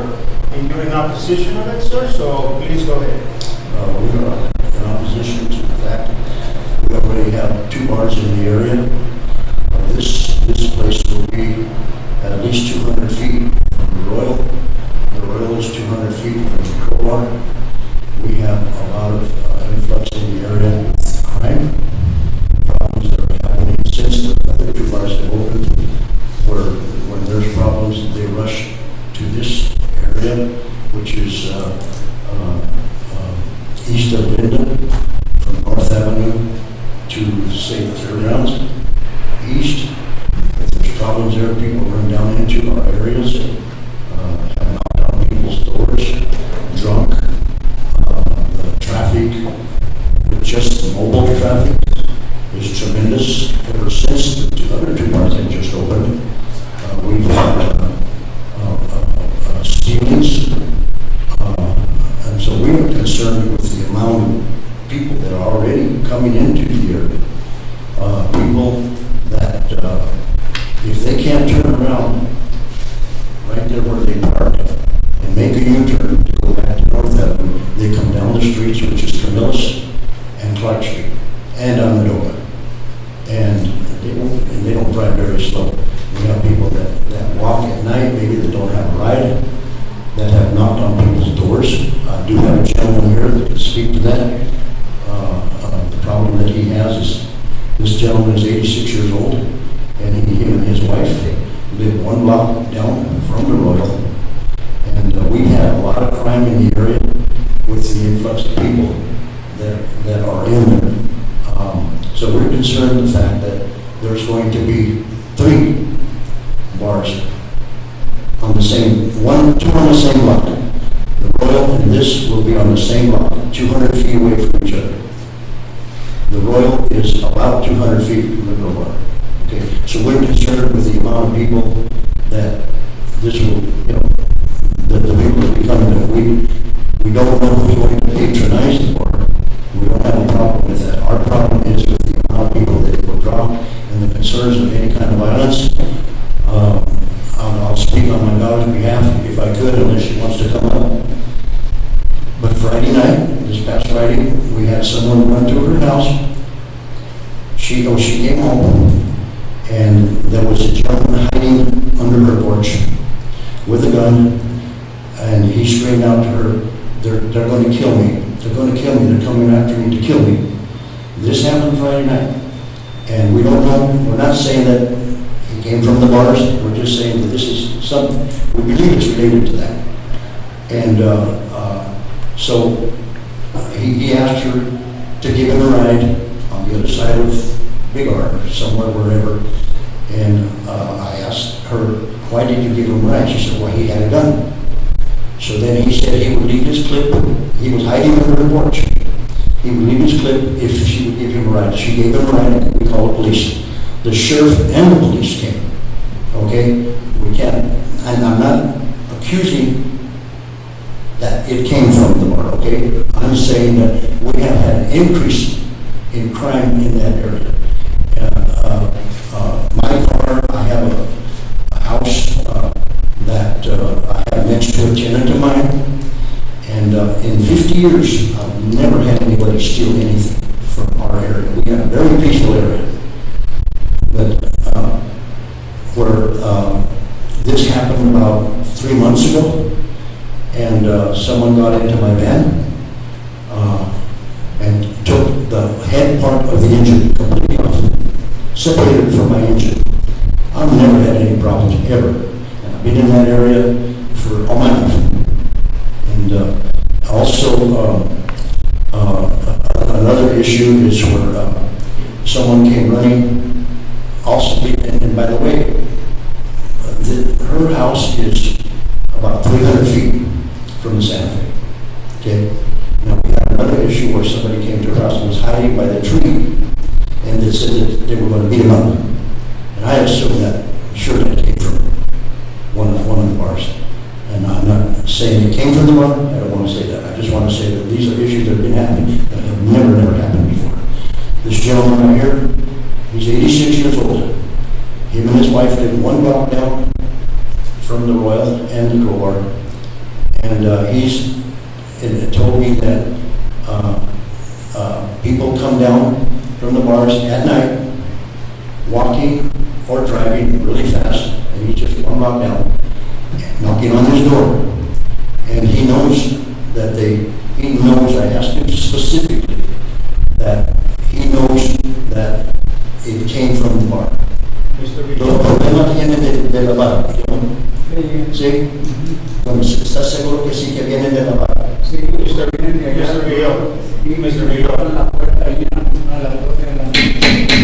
Video, please talk to us, and what we'll do is, if he wants to provide testimony, he can do so. Okay, I have an interpreter for me, by the way. This is an issue that he brought to me. I have also, in reference to some of my other people, I talked to a lady yesterday. She lives right off Montego on Buena Vista. Walks her dog down that area, into that area. She's been intimidated in the past, and we're not saying that we don't know who's going to patronize the bar, but there have been parties there in the last 2 years that have been had there where we've had problems. I've been intimidated. You know, when I drive in front of a place and it's a certain group of people, and somebody tells me, "What are you looking at?"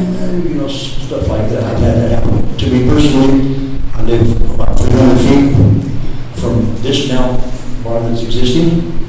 So I have other people that are on the list that have come to me and have complained about the problems that they're having.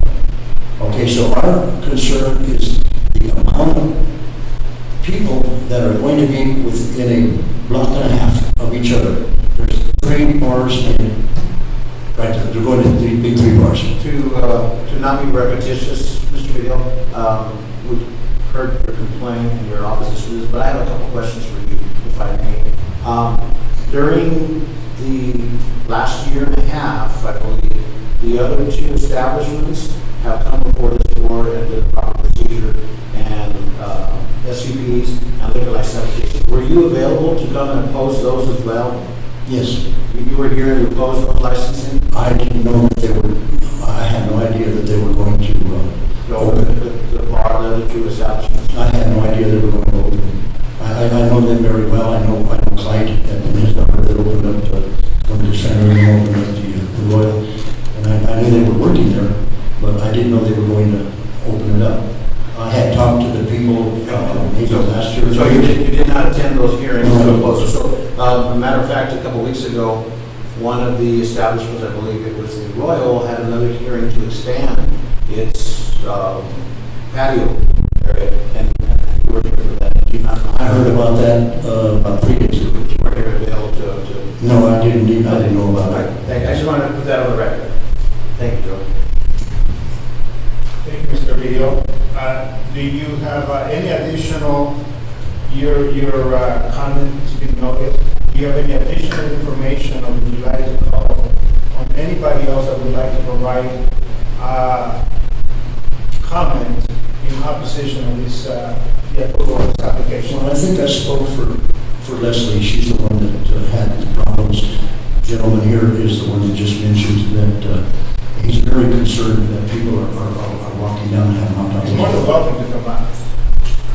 You get his name on that?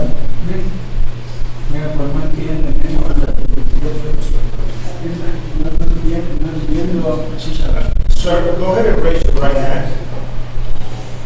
Solemnly affirm under penalty of perjury, testimony you're about to give will be the truth. Yes. State your name, please. Valle. Señor Valles, por favor, would you translate for us? Yes. So, Por favor, llevan a explique su oposición para el apruebo de esta aplicación. So the question is, please state your opposition to the approval of this application.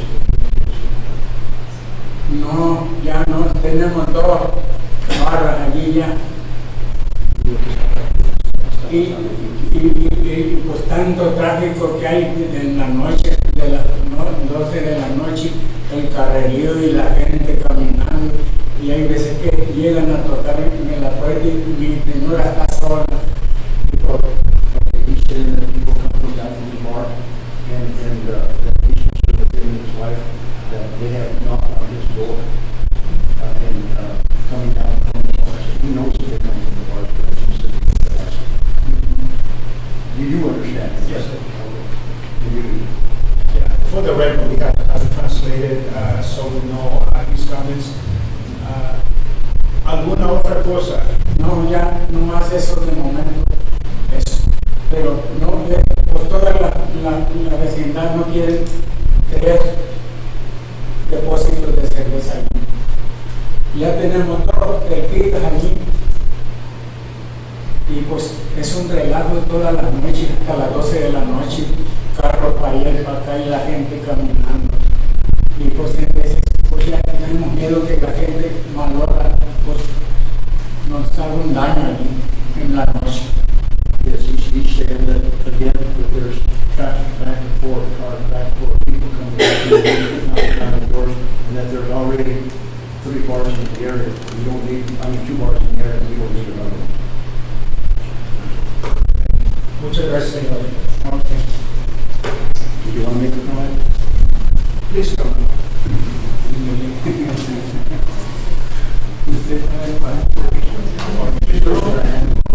Solemnly affirm that you will take perjury the testimony you're about to give will be the truth, the whole truth, and nothing but the truth. Yes. And please state your name. Leslie Neal. I'm just worried and scared about the whole neighborhood because our neighborhood and our community is mainly elders, and they walk, now they can't walk the streets, they go off the neighborhood, they can't do that anymore because of all the traffic that's coming from the 2 bars. And I know my neighbor across the street, she has informed me many times that Royal has had many fights in the streets, and there was a stabbing, so, and then now that somebody had ran underneath my porch, I just came out of my house and he was, I scared him to death, and then when he came out underneath my porch, he had a gun. I don't know where he came from, but we've had so much crime and chaos ever since these bars has opened, and our neighborhood, since the bars have been closed, our neighborhood and community was finally peaceful, and now it's not anymore. And our elders aren't able to walk. Her daughter used to walk up to my dad's house. He can't do that no more because of what's happening now in our neighborhood. So, it's scary. And now this bar's going to open. It's right behind my house. And Mr. Hill, if I may ask the same question I posed to your father, were you able to come and testify in opposition of the other? I didn't. I don't pay attention to any of that. I didn't know. If I did, I would have come. How did you hear of this application being brought at this time?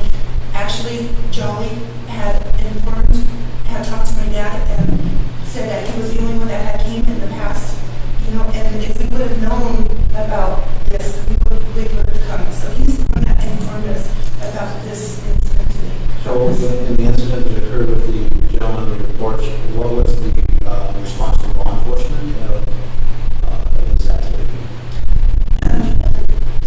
Just like the time before, that somebody came from the bar looking at Heidi, they didn't do nothing. They said that there was no crime. They didn't do anything. They're on public street.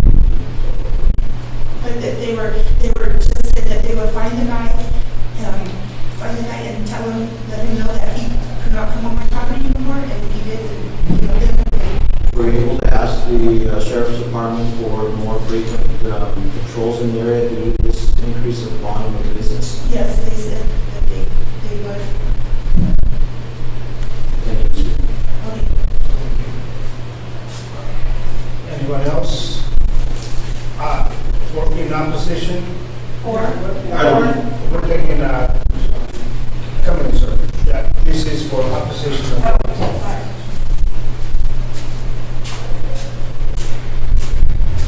Solemnly affirm under penalty of perjury the testimony you're about to give will be the truth, the whole truth, and nothing but the truth. And please state your name. First of all, I live on North Linden Avenue. Since the two bars have been open, I have seen drag races. I have seen an increase of cops pulling people over. I have seen the fights. I have seen people arguing outside of both bars. I'm not a bar person, but I know when people get drunk and get stupid, they're fighting with each other. There's more drug activity going on, and I think with the third bar, it's just going to get worse. I mean, people drag racing at 3 o'clock in the morning. I've seen people getting pulled over for DUIs. I'm sure they're DUIs. And the parking spaces are just ridiculous because they hog up everything. And then with another bar coming right there, they're going to be taking over both areas. Their parking spots, they have a nice little parking area, but it's not big enough. I've seen parties there for bikers that, they hog up everything. And I live there, I'm not opposed to people trying to open up a business or anything, but I just see so many things happening now since both those bars have been open. And they're fighting with each other. The owners are fighting with each other over customers. With the third bar, it's going to be worse. And there's probably not much I can do except voice my opinion. And, I'm not against somebody trying to open up a place. I'm for it. However, I live in a neighborhood which is constantly filled with homeless people. They are attending the bars, and they have nowhere to go after.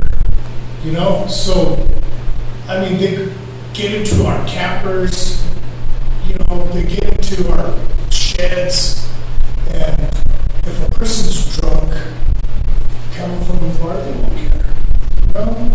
So, I just wanted to voice my opinion why I'm against it. That's all. Thank you. Thank you, sir.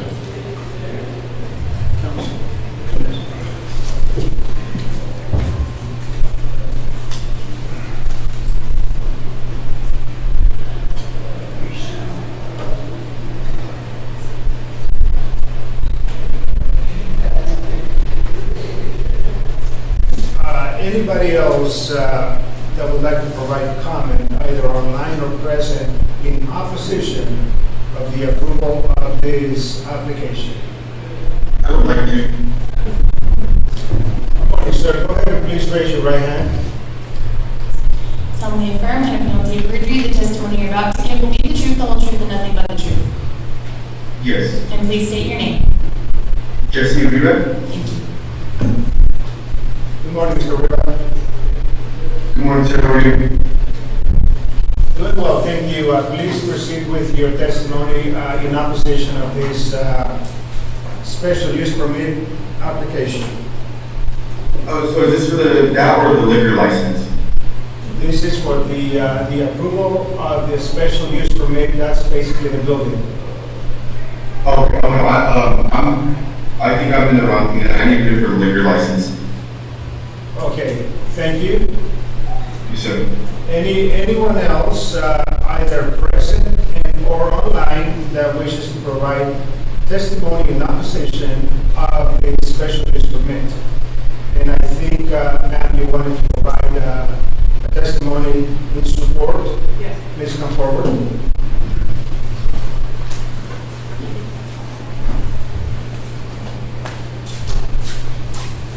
Please raise your right hand. Solemnly affirm under penalty to give me the truth, the whole truth, and nothing but the truth? Yes. And please state your name. Desiree Davis. Thank you. I live at 1808 North Linden, and I live between Romero's Liquor and the Crowbar. And I understand what they are saying, but it has been like that since the last 16 years that I have lived there. I've had issues with customers from Romero's and in current, but with the Santa Fe opening with a restaurant license and a liquor license, I think it'll be better for families. It's a smaller area that are able to go sit down and eat, which we don't have right now because the Hollywood is 21 and up. So my little family that lives right here between two bars, yes, there's going to be issues, but having somewhere to take my kids, just down the street, just walk, because we like to walk all the time, I think it would be great. So I am for that. One question for you, since you reside in East Davidson, you've heard testimony of the large increase of police presence. Have you witnessed that yourself with the opening of the two establishments recently? There's always been police because they go back and forth for gas. So yes, there has been more during the night hours when bar business is open, but I think it's always kind of been there. With the homelessness issue addressed, have you seen any increase in homelessness or about the same as it's been prior to? It's been the same for me because the bar next to me has been closed, and I used to have to make sure that the homeless was out of it. Now that it's people are staying in it, the homeless isn't there anymore. So. Thank you. Once again, this time, is there anyone else wishing to provide testimony? Item 4.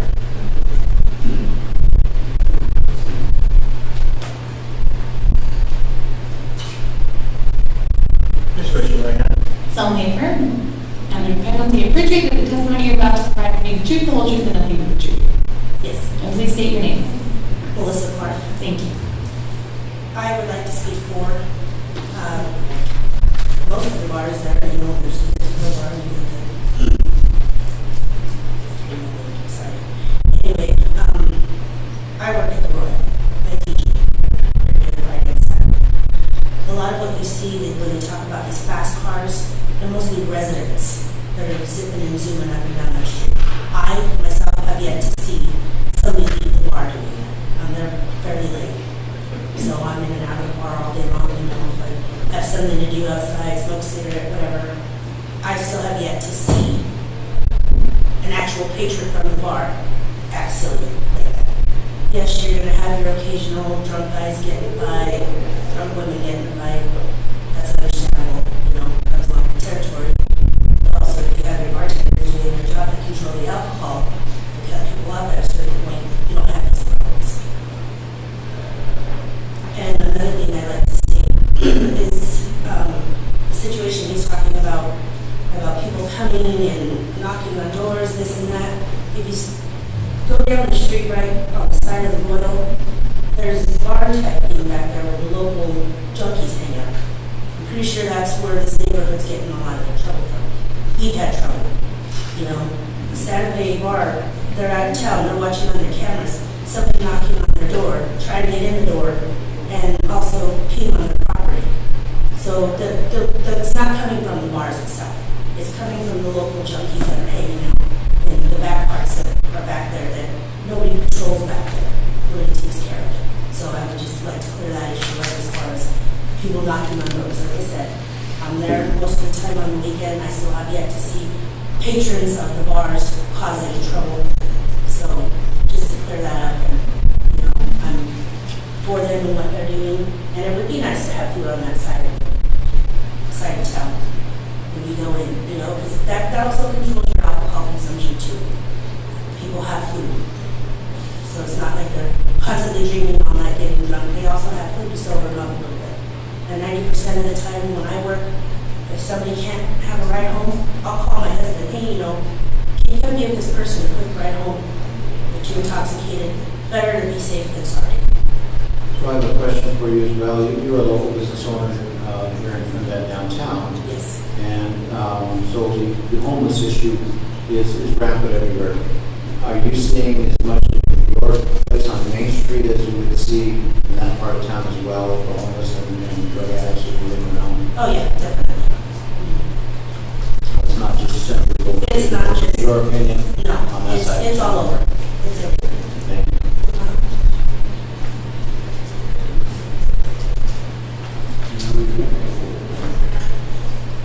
Any additional comments? Either, please come back up. Let me remind you that both of you are still on the road. I'd like to comment in reference to, she mentioned that there's drug dealers going on down the block. We know that, we understand it. We've been involved with the sheriff department in that, in reference to that. This gentleman here came to me and has told me, I asked him, are you having any problems with the people that we know have a drug operation across the street from his house? And I asked him, do you think those people are the ones that are coming and knocking on your door? He said, no, vienen de la barra. He said, they come from the bar. I said, how do you know they come from the bar? He says, tell me Spanish, porque yo me siento enfrente de la casa y yo cuido que mira y luego dentro de la casa. What I just said is what he said. They come from the bar. I sit outside. I'm a late sleeper. 11, 12 o'clock at night. I'm sitting at my house. I see them coming from the bar. And I said, no vienen de allá del otro lado. He said, no, they don't come from the other side. So I asked him that specifically. Now, he come to me 2 months ago. And so when I drew the petition, I went and talked to him and his wife, and I specifically asked him, do they come from across the street, or are they coming from the bar? He said, no, vienen de la barra. He watches them walk down. And then people walk down, and then they also fly down in their cars. Phew. And I know they do, because both Leslie and I have lived in that house, and we know what happens in that area. If they can't, like I said before, they can't make a U-turn, they come down the street and run away. And a lot of them come walking. We also don't have anything to do with the bar, but we do see people that come and over there. And we've all been involved with the sheriff department. And obviously, the most we had is that they basically, they have to prove it. I'm not accusing them, but we know what's going on. There's two places in our area that are infiltrated with what's going on with the drugs. And that's not what we're here for. We are here the problem, we know the traffic that's going to be in that area within the bar. And that's it. But yes, he's specific. And he just mentioned it to you all. Where do they come from?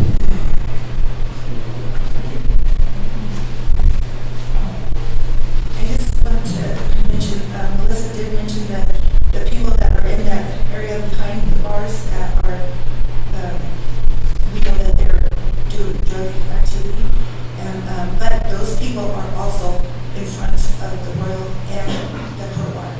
The same people that go to that drug house are a lot of the same people that are in front of the bars.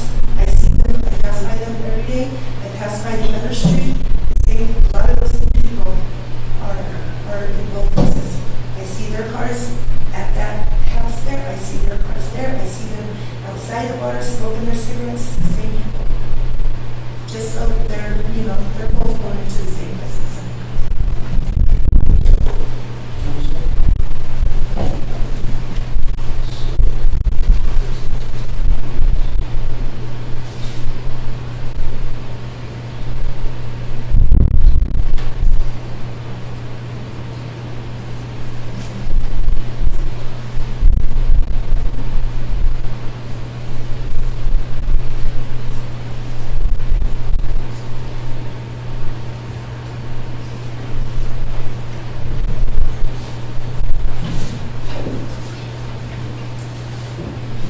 So for the record, also, I want to mention that several signatories here that are asking for this petition to not approve this particular SUP. Since they're not present, I cannot introduce into evidence. So, Mr. Vigil, I will go ahead and retain this, but since the individuals, I can prove that indeed they're the ones that signed this document, certainly I cannot enter this into proper evidence. Yeah, please come on. Some of these people can't come, don't understand how to be on the video. Those people, one of them I was going to bring, she can't walk. Another one is like, I think 85 years old. I don't know. Lucero could attest to that because she's also against putting another bar there because this lady walks right by that bar all the time. Now she's in fear of walking by there. But some of those people that cannot be here are basically this older people, a lot of older folks that live in that area. And we have 3 families with children. I had a family that didn't want to sign because they felt that they I don't know how to put it, would have a conflict of interest. As far as I want to go with that. But they just couldn't be here. We tried to get some of those people here. We had one of them that was sick, and then the other one had to take her to the clinic this morning, and they both had signed right there. So those are the reasons some of those people haven't been here. Thank you, sir. Thanks. Commissioners, at this time, do we have any other questions for the sworn individuals? Once again, this is going to be the last call. I have one more question. Yes. For Mr. Lucero, if you saw me. Thank you, Mr. Lucero. So, during the planning commission meeting, for the record, I just want to get this on the record for our hearing. Was there any opposition to this SUP at that meeting? No, there was no opposition. Thank you. That's all. Thank you. This is going to be the last and final call on this, either pro or con for the special use permit. Commissioners, we have evidence in front of us unless you desire advice with counsel. Chairman, I believe we've heard lots of testimony today for and against, and understand correctly, in my opinion, the concerns regarding the SUP. But we are discussing the SUP for the business or for the building itself, not for the license for the business at this point. So we'll take that into consideration. However, going through the proper phases of this applicant, Jessica Martinico, has done so. In my opinion, she's followed all state statutes and applicable laws moving forward, has had a successful hearing with the planning and zoning of Los Angeles County. And despite the issues of the other establishments in the community in that neighborhood, they are not under scrutiny at this time regarding their licensing or activities at their establishments. So I believe those are a moot point regarding this particular application for a special use permit at this time. Having said that, I will make the motion to approve SUP 2024-006 by Taylor Amigo, DBA Santa Fe Tavern and Bar. Second motion. Commissioner Hess? Yes. Commissioner Luis Lopez? Yes. Commissioner Felix? Yes. Now we're going to get into this pretty much closes that part of the public hearing. We're going to go now to 7D. The new liquor license retail glass application by the Santa Fe Trail Tavern LLC. Once again, the process is going to be the same. We're going to open up the floor for the proponents of this particular liquor license. Please come forward so you can be sworn in. And the process will be the same. We're going to be asking testimony for and against all the proponents of this particular liquor license. Be ready to stand up and testify both online and present. So, good morning. Please raise your right hand. Solemnly affirm under penalty of perjury the testimony you're about to give will be the truth, the whole truth, and nothing but the truth. Yes. Please state your name. Kaylee Irving. Thank you. Good morning. Good morning. Please proceed. So we're just planning on doing a bar and we're having the restaurant to post out there. It's not mainly gonna be, we want to have a place where people can have, sit down, enjoy a drink, enjoy some food. It's not mainly just gonna be a bar where people are just gonna go and drink. We want people to enjoy family time, have a restaurant, especially on that side of town, considering that there's only a Burger King on that side of town and nowhere else to get food. I think that it would be a good addition to the community, considering that not the Royal and the Crow Bar do not have any food. So I also have been tip certified, and the consumption of food helps with lowering the levels of alcohol. So I think that it would do good for not only me, my business, but the other businesses next to me as well. When you're speaking about food, and you're actually proposing to have a food truck, Yes. what happens on the day that the food truck is not available, or somebody's actually ill and they cannot provide that service? We will make sure that the food truck, we also have a portable drive truck. We will have burritos there. We will make sure that there's food there constantly for our customers. So the sit down, if I were to take my family there, can you describe the premises as far as where you're going to separate the 5-year-old from the 21-year-old? So the way, if you've ever been in a restaurant, the way it is there's the bar area and then there's seating area. So during the days, we have a certain time, children are allowed up until about 8 or 7 o'clock, and then no more children will be allowed, just for the safety of children. And you propose hours of operation? Yes. What are they? We are going to be open from, I believe it's 11 to 8, and Friday and Saturday we plan to open until about 1 a.m. 2 a.m. like the rest of the bars. So having you mentioned that you're tip certified. How do you know when someone has had too much? And what is the responsibility from the perspective of you as are you going to be the bartender? Yes. So the way you'll be able to tell is if they're getting rowdy, getting a little loud. You notice if they're stumbling or if their reaction to you is different. Then you can offer them, let me get you some food, or you need to drink some water, or maybe if they're way too drunk, you say, let me get you a ride home. Let me give you some food first, and then just be able to communicate with your customers so it's not where you're telling them that they're drunk so they get mad at you, but to where you are saying that it's for their safety, that you're communicating with them for that. So having heard the opposition, what communication have you done with the neighbors to be a good neighbor?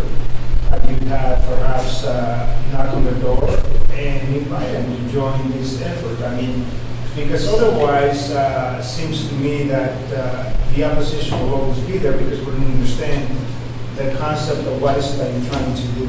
Yes. I think planting a good neighbor, real perspective conversation will probably go longer than you would imagine. Yes, so I did have a talk with M&M Towing. They were completely for it. They're excited because they also want to be able to But just... they're a business, they're not a resident. Yes. They're a business. Oh, I've not been able to... They're gone after 5 p.m., 7 o'clock. It's not like, I'm speaking of the residents that are in there. Yes. That actually will have to, 1 o'clock in the morning on a Saturday night when they're trying to actually go to sleep and there's a disturbance going on. How do you secure their safety and the well-being by conducting your business in a proactive manner? We're going to have security, we're going to have a bouncer, we're going to make sure that everything, we comply with the sheriff department as well, and make sure everything is under control. For now, I'm going to yield the floor to my fellow commissioners. I have a couple more questions for you. Okay. So I see here, Ms. O'Neill, thank you, Chairman. You are in good standing with the Secretary of State regarding the LLC that has been opened up in your company? Yes. And as you say, the food truck will be there. It shows on your history of business or employers. You're still currently the manager Yes. of Coastal. Yes. So you won't have to have any lease agreements with the owner of that, the family, I'm Yes. assuming. Yeah. And then regarding the testimony we heard earlier, because it's not germane to this one, but it's still in the same one, so I'm not going to avoid what we heard earlier. Moving forward with the bouncers that you're planning to have in, are those going to be when the late night operation hours are going to be, or are you going to have them? It will be when we expect to have a lot of people, like say if we have a band or if we're expecting a lot, we will be prepared to have a bouncer there. And parameters put in place. Yes. Now, in the area outside of the parking area, I've seen at times temporary fence put up and taken down. Yes. Is that going to be permanently installed? Yes, we are planning to permanently install a fence. And that is not on the application, I believe, here No. today. So if you are to, just so you know, if this gets approved, and to serve alcohol in fence or outside, you have to reapply to the clerk's office for the diagram of the premises. They have to be adjusted, similar to what the Royal just recently did as well. So that has to be going in place. And then on the tip certification, I believe, and I'm a liquor store owner as well, so I have liquor licensing. Annually, I believe it's not required, but every 2 years, I think is with the tip certification. Yes. Do you plan to have all of the staff and bartenders as well as tip certified? Yes. I have no other questions, John. Oh, I was relieved to hear that you're going to have security, and if you're going to have children there, and things get out of hand, you need security. I've been a bouncer, I've had my private security service. My son has been a bouncer, and all for those reasons, I have no other questions. Thank you. Let me go back and this is not the responsibility of the Board of County Commissioners to mandate or put in place, but I think there has to be communication between you and your neighbors. I think at the end of the day, not understanding the concept, if this is going to be a restaurant bar, it's a whole different than something totally different. And I go back to the same thing. Having the common sense when to call the police, when to process, and when to maintain that community that you are building. Because at the end of the day, you don't want to be a community of one. You want to be inclusive, and if the neighborhood community is not in support of this business, certainly I just simply see it from a different perspective, a different approach. So I really encourage you to do that.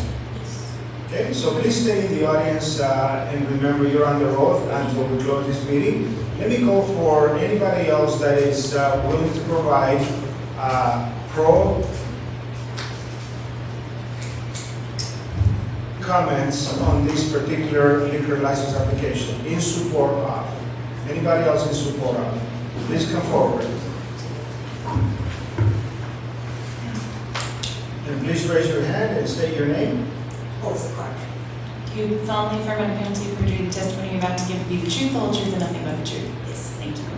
I just wanted to let you know on behalf of the Santa Fe that being that I work at Royal most of the time and most of the neighbors are usually in there, they are very for the Santa Fe opening because, you know, the food and stuff like that, and they can get their children in there.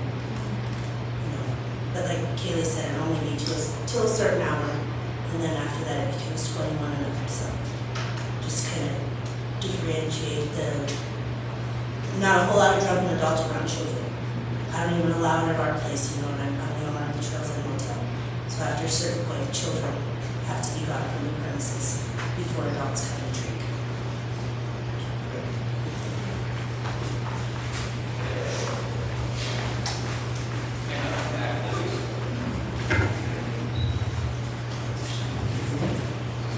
Solemnly affirm under penalty of perjury the testimony you're about to give will be the truth, the whole truth, and nothing but the truth. Yes. And please state your name. That's right.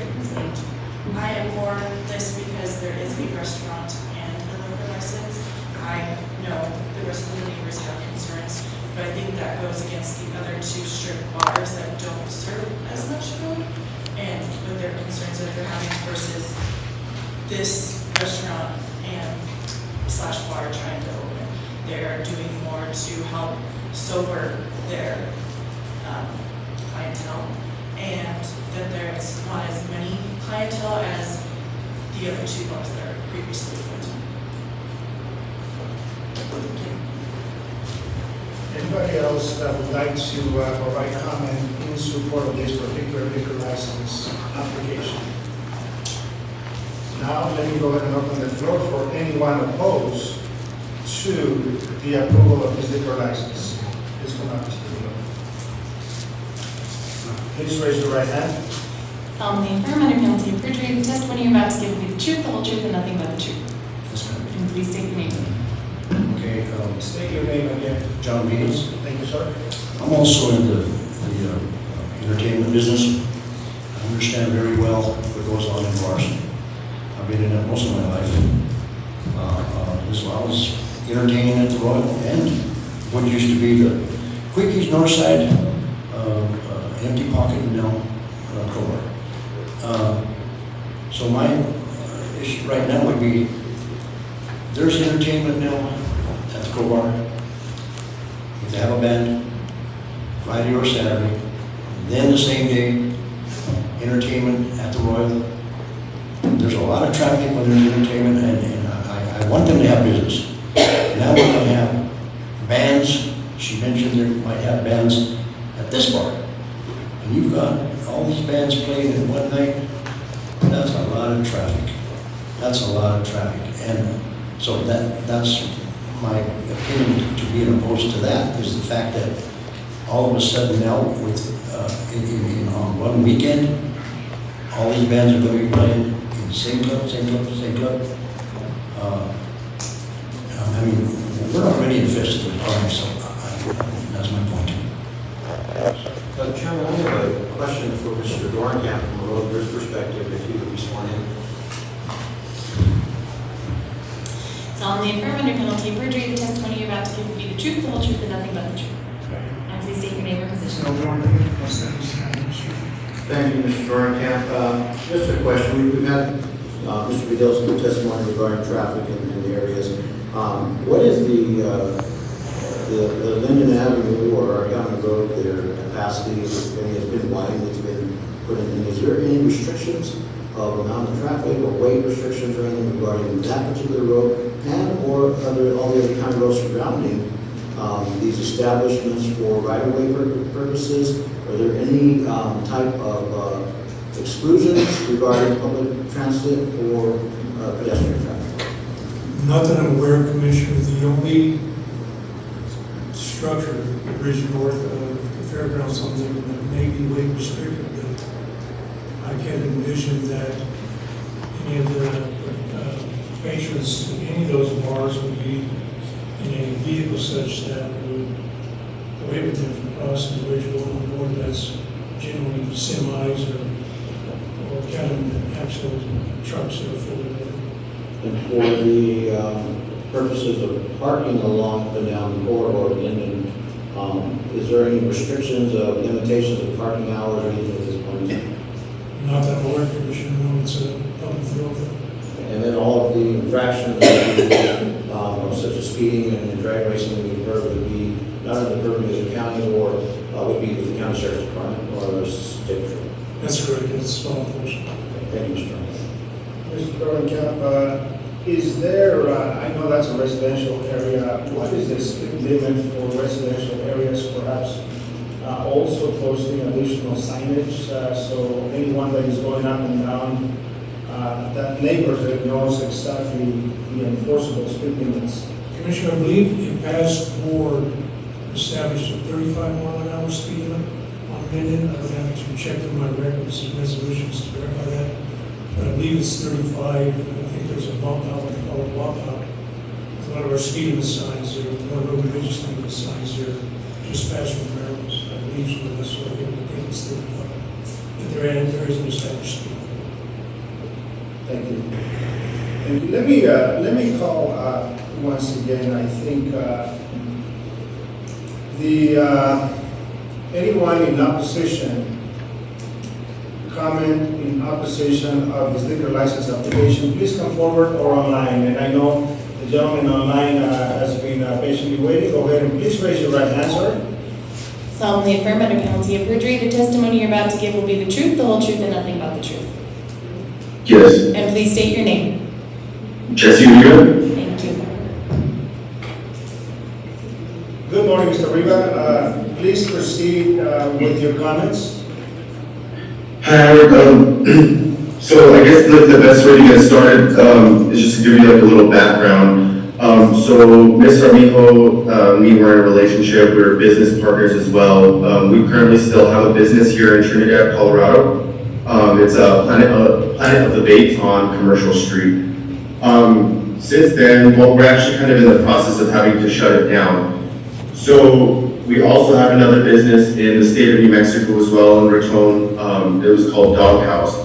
Kaylee's 100% on the Planet of the Baits in Trinidad, and as well as another 50% in Raton. So about 8 months ago, she had pretty much taken all the business's money, promised to deposit it so we could pay our taxes and stuff. And we hold 2 tobacco licenses, one in Colorado with the DOR, and then one in the state of New Mexico as well.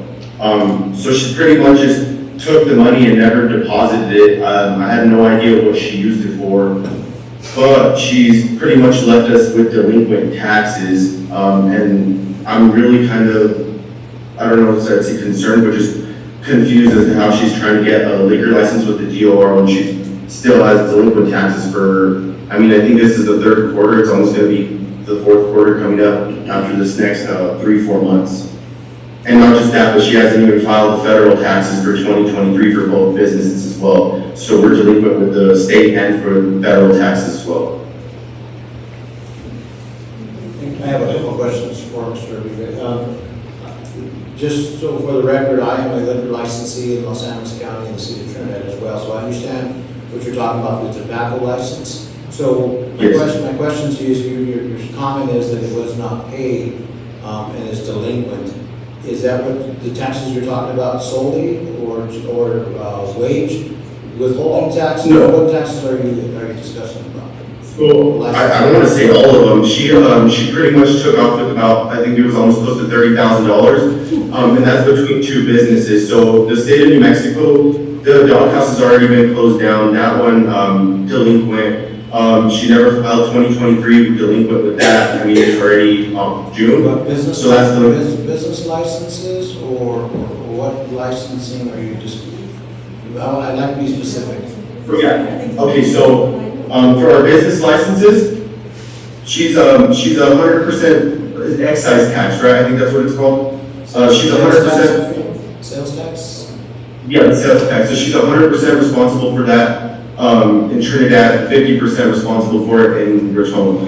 So now I know what taxes you're talking. Now I know what taxes you're talking about. Regarding the licensing for tobacco, I have one as well. And what happens is if you do not comply with the licensing, then actually the health department of Los Angeles County, in conjunction with Otero County, will shut you down for selling tobacco, and that's about it for products. Yeah. As far as the other statements that you made, did you bring any documentation from the Department of Revenue of the state of Colorado regarding your accusation? Yes, I had emailed the what's it called where it says we're delinquent with the Secretary of State. Ms. Armijo has the documents because I can't really pull her tax documents. For the state of Colorado? Yes. And you emailed it? And I had already emailed it. I just sent the where you search it up on the Secretary of State. Our accountant, Locos and Associates, I had already spoke with them yesterday as well. And I mean, that's probably the best person to get more information from, just as far as that, because I can't really like pull all her information. I'll have to go up there and go get all the files for the business for sure. So my question is, do you have any proof with you today from the Department of Revenue regarding any delinquent taxes on this army? Yes, I sent it to you. I sent it to the email I was provided yesterday. Mr. Commissioner, he sent the email at 9:42. I just forwarded it to you. I asked to use any documents we sent prior to the board meeting so I can print them out for you. I And I mean, we're under oath as well. You guys could ask her about the whole situation. I mean, she should be able to tell you the truth. She is 100% ownership on the business in Trinidad that she's pretty much just abandoned. And we're in the process of surrendering the tobacco license as well. So in the document that you sent us here, it shows the business search results, and it also shows it's on the illegible, the IRS over Utah. I don't know if it'd be admissible, that'd be a legal question, but as far as the business search, for the Planet of the Babes, Mr. Rodriguez does not specify either yourself or her name on it. It just says Planet of the Babes LLC. Do you have any articles of incorporation of the LLC or documentation to present that indeed you two are the owner of Planet of the Babes? No, she is the owner of Planet of the Babes. Do you have any documentation that shows that Ms. Armijo is the owner of Planet of the Babes other than the business search? If you give me 1 second, I can try and pull something out of the file real quick. This should be here to be presented before. And I mean, you could. Right, Sure. This should be presented prior to the hearing, and for the packet for the board to review and legal counsel to review as well. So basically what we can get from you today is just your testimony. Anything additional was not presented in the proper manner to Mr. Dornkamp prior to today's meeting to be included in the packet. So I'm going to take a little bit of latitude here and say that this could be evaluated and addressed, which we are doing, but inadmissible. Yeah, I probably need, we'll probably need more time, but I mean, you could ask her. She's under oath. She shouldn't lie about something like that. She knows she's 100% responsible for the taxes in the state of Colorado. To address that question, we are not discussing her other businesses today, just the liquor license application. Yes. Anything else, Mr. Rubio? I mean, that would pretty much just be it as far as her just being delinquent. I mean, if she's done that to one business, she's just going to do it to the next. She's just going to run off. And then, I mean, as far as the lease, I was with her for 4 years and she's never leased that building. If you look into the actual history of who owns the building, you'll understand why they didn't pull the liquor license and why she did. I thank you for your testimony. Please stand by and remember that you remain under oath should we have any additional questions. Thank you at this point in time. Let me once again, any additional comments, either pro and or against this particular liquor license? Do you, ma'am, do you wish to? Can I go up and talk? Sure. About it? And remember, you're still under oath. So as far as the businesses that he's talking about, the business licenses are not under my name at all. You can go contact Desiree. I've already contacted the Colorado State of Revenue, and I've already had a meeting with them, and they've also said that I'm not liable for the taxes here in Colorado. So that's it. Thank you.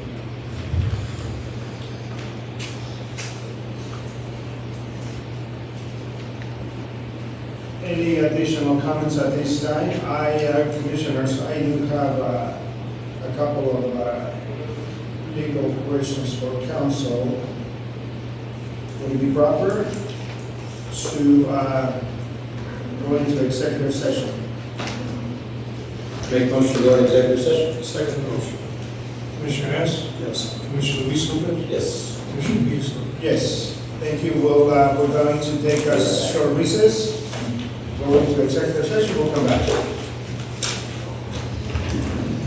Recording stopped.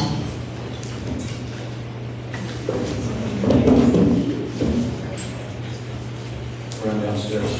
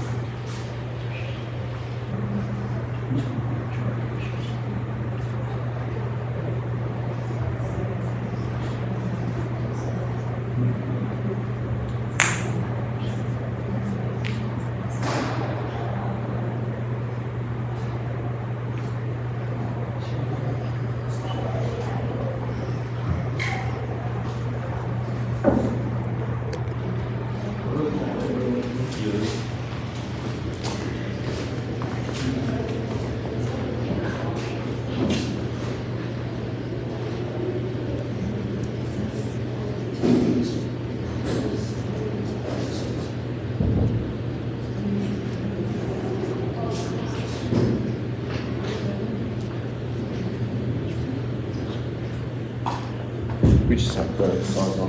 We just have the song trace. Can you just let the call track go on and then we go ahead.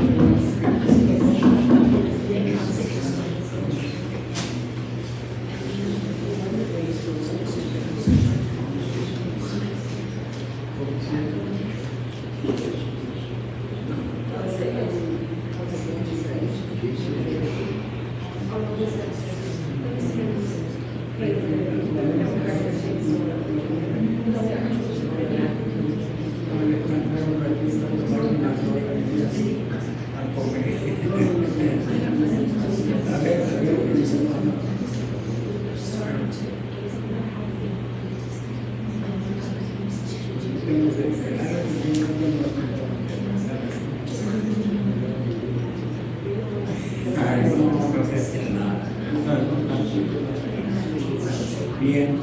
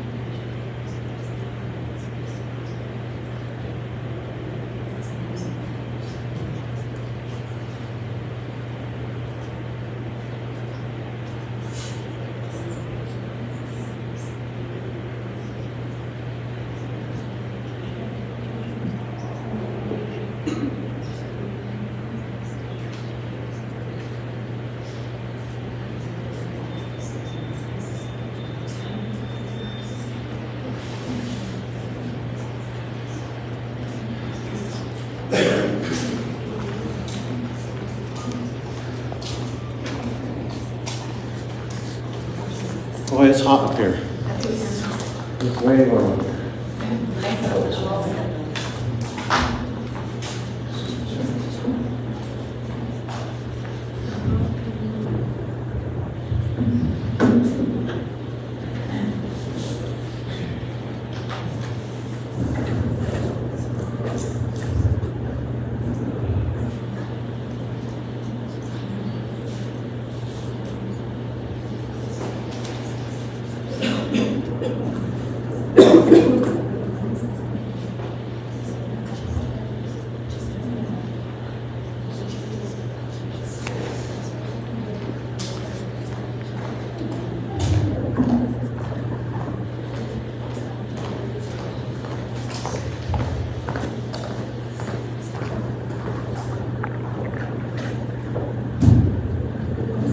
Recording in progress. Welcome back, everyone, and thank you for your patience. At this time, I'll entertain a motion to come out of executive session. So moved. Second motion. Commissioner Hess? Yes. Commissioner Luis? Yes. Commissioner Peters? Yes. Well, I want to thank you all for being here today.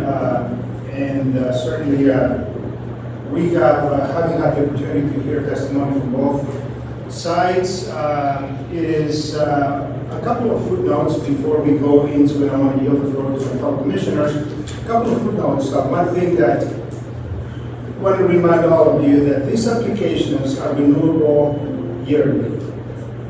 And so from that perspective, there has to be accountability, there has to be community building, there has to be all of the above. So on behalf of this board, we want to thank you all for being here today. We do recognize the comment from both sides, and it is very much appreciated. I believe that the information presented to this Board of County Commissioners has been such that it meets basically or fails to meet the conditions of the application. So from that perspective, it is our responsibility to yield and provide a decision today. So certainly from that, I'm going to yield the floor to my fellow county commissioner. And remember, at this point in time, all comment is closed. We're going to be going into a decision, and so certainly, once again, the renovation and reapplication will occur in 12 months if approved today. So Commissioner Luis Lopez or Commissioner Tony Hatz? I'll just have a quick comment, Chairman.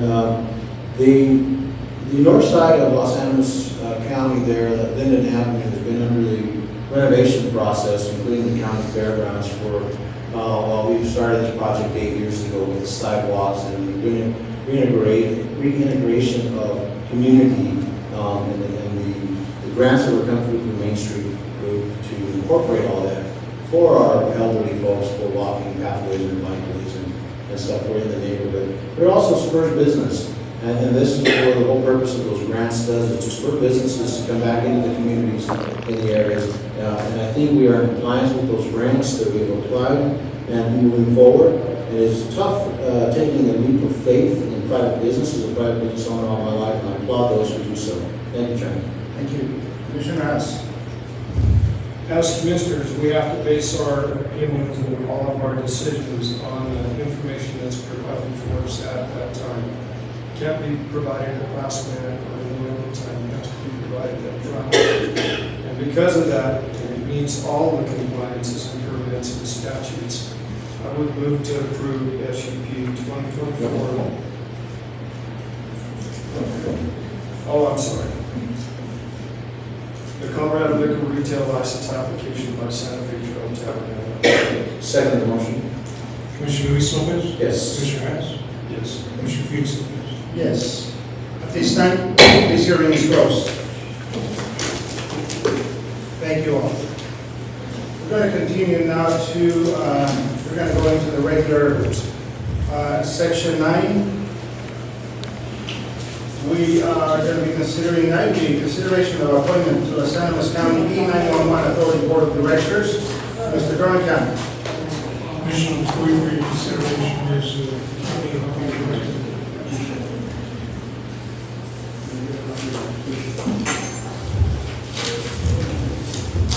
Thank you, Mr. Chairman.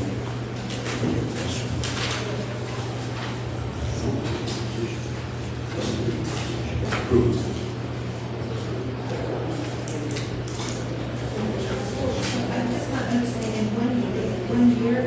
Every year, liquor license get renewed in front of this board. So if there's any issues that come before that, please come and give testimony again if you have any of those reports you're talking about. So how do we find that out? It'll be posted in the prompt rooms and check our website. But it should be a year from today's date, probably about 2 months prior. It's not in the current rules, because it's not a public hearing. Oh, it's on our website. It's just a renewal. It's a So renewal. it's only on our agenda. So it's on our agenda, so just check our monthly website. A year from now. Yeah, by now. Okay, thank you guys. So 9B, consideration of appointment to the San Luis County E911 Authority Board of Directors. I got all the names, Mr. Dorncamp. My commissioners, your consideration of the county appointed director to the E911 Authority Board. Administrative Assistant Bob Lucero submitted a letter or requested letters of interest. Oh, I thought she was going to submitted an application. Just about so. And Darren Kolakowski expressed an interest in filling that vacancy. Thank you, Mr. Dorncamp. We have that letter of intent in front of us, Commissioners. Any discussion? Otherwise, I'll entertain a motion. Motion to approve the appointment of Los Angeles County 911 Authority Board of Directors to Chief Kalkowski. Second motion. Mr. Hess? Yes. Mr. Weisel? Yes. Mr. Feasel? Yes. 9, Mr. Dorncamp, 9C, D, E, F, and G, they're all basically Colorado Division of Reclamation, Mining, and Safety. So what I'm going to do is I'm going to read all those items, and Commissioners, I believe since all of them are all the way to G, pretty much the same information. Unless opposed, I'd like to do those as a consent item, agenda item. So 9C, consideration of Colorado Division of Reclamation, Mining and Safety 2024 Castillo Annual Report, map and fee submission. 9D, consideration of Colorado Division of Reclamation, Mining and Safety 2024 Mesa de Mayo Pit Annual Report, map and fee submission.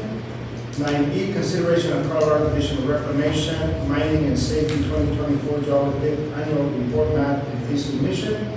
9F, consideration of Colorado Division of Reclamation, Mining and Safety 2024 Sandoval Land and Cattle Pit Annual Report, map and fee submission. And 9G, consideration of Colorado Division of Reclamation, Mining and Safety 2024 Yapan Pit Annual Report, map and fee submission. Mr. Dorncamp, walk us through all of those.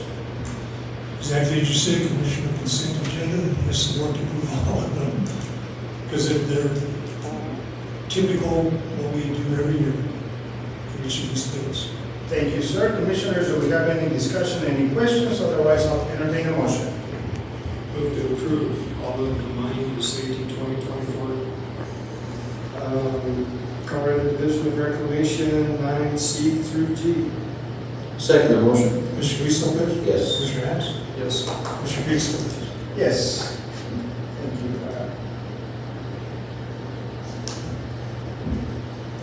9H, consideration of United Mining Workers of America, LU 6126 MOU. Mr. Dorncamp. Commissioner, for your consideration is United Mine Workers of America, Local Union 6126 MOU. It was brought to our attention that this MOU is actually for 2022. The board had approved it, and we apparently didn't get signatures on the approval. So I asked the board to authorize, number one, authorize Commissioner Chairman Felix Lopez to sign, and then maybe we can put today's date on it too. I didn't know if I should or shouldn't, so. Is that correct, Mr. Sarah? I mean, I didn't, it wasn't anybody's fault, just an oversight on that. And unless otherwise advised, I think council would be proper to put today's date. Okay, and You're all, and the board to authorize you to sign for on behalf of the county. thank you. Questions, commissioners? Hearing none, I'll entertain the motion. Motion to approve the United Mine Workers of America, LU 6126, giving Chairman Felix Lopez a signing authority. Correct. I second the motion. Commissioner Hess? Yes. Commissioner Weisel? Yes. Mr. Feasel? Yes. Thank you. 9I, consideration of fairgrounds change order number 1, Art Valley Construction. Mr. Dorncamp. For your consideration is change order number 1 for Art Valley Construction for work at the fairgrounds. Commissioner, this was brought about because there were some delays on our behalf and on their behalf trying to get this contract negotiated and finalized, and the board did approve that contract meeting or two in the past, and extends the current deadline. We have to have us a good budget number that we can seek funding for those renovations that we're looking at the fairgrounds. And from July 8th to October 8th will not interfere with our mindset of when we want to seek funds, because the thoughts were to go after those funds. Energy Impact Assistance Grant funds at the September 1 deadline cycle and construction in 2025. We'll do some changing around and we can pursue grant funding and release the December 1 cycle of Energy Impact Steel Construction Meeting 2025 and budget for 2025. So I ask the board to approve this. So we're increasing the, by 92 days with no cost added on to, so. And then also ask the board to authorize Commissioner Felix Lopez to sign the application. Ms. Coley, do we have the funding to cover the zero cost increase? All right. Send more of those. Felix, that's my question. Move to approve the fair amounts change order number 1 with Park Valley Construction and Phoenix Commissioner Felix Lopez as signatory. Second motion. Mr. Felix Lopez? Yes. Mr. Harris? Yes. Mr. Felix Lopez? Yes, thank you. 9J, consideration of OBCC number 7018 to Los Angeles County Clerk due to refund $29. Any questions, Commissioner? Pretty much straightforward. She didn't want to go to the park.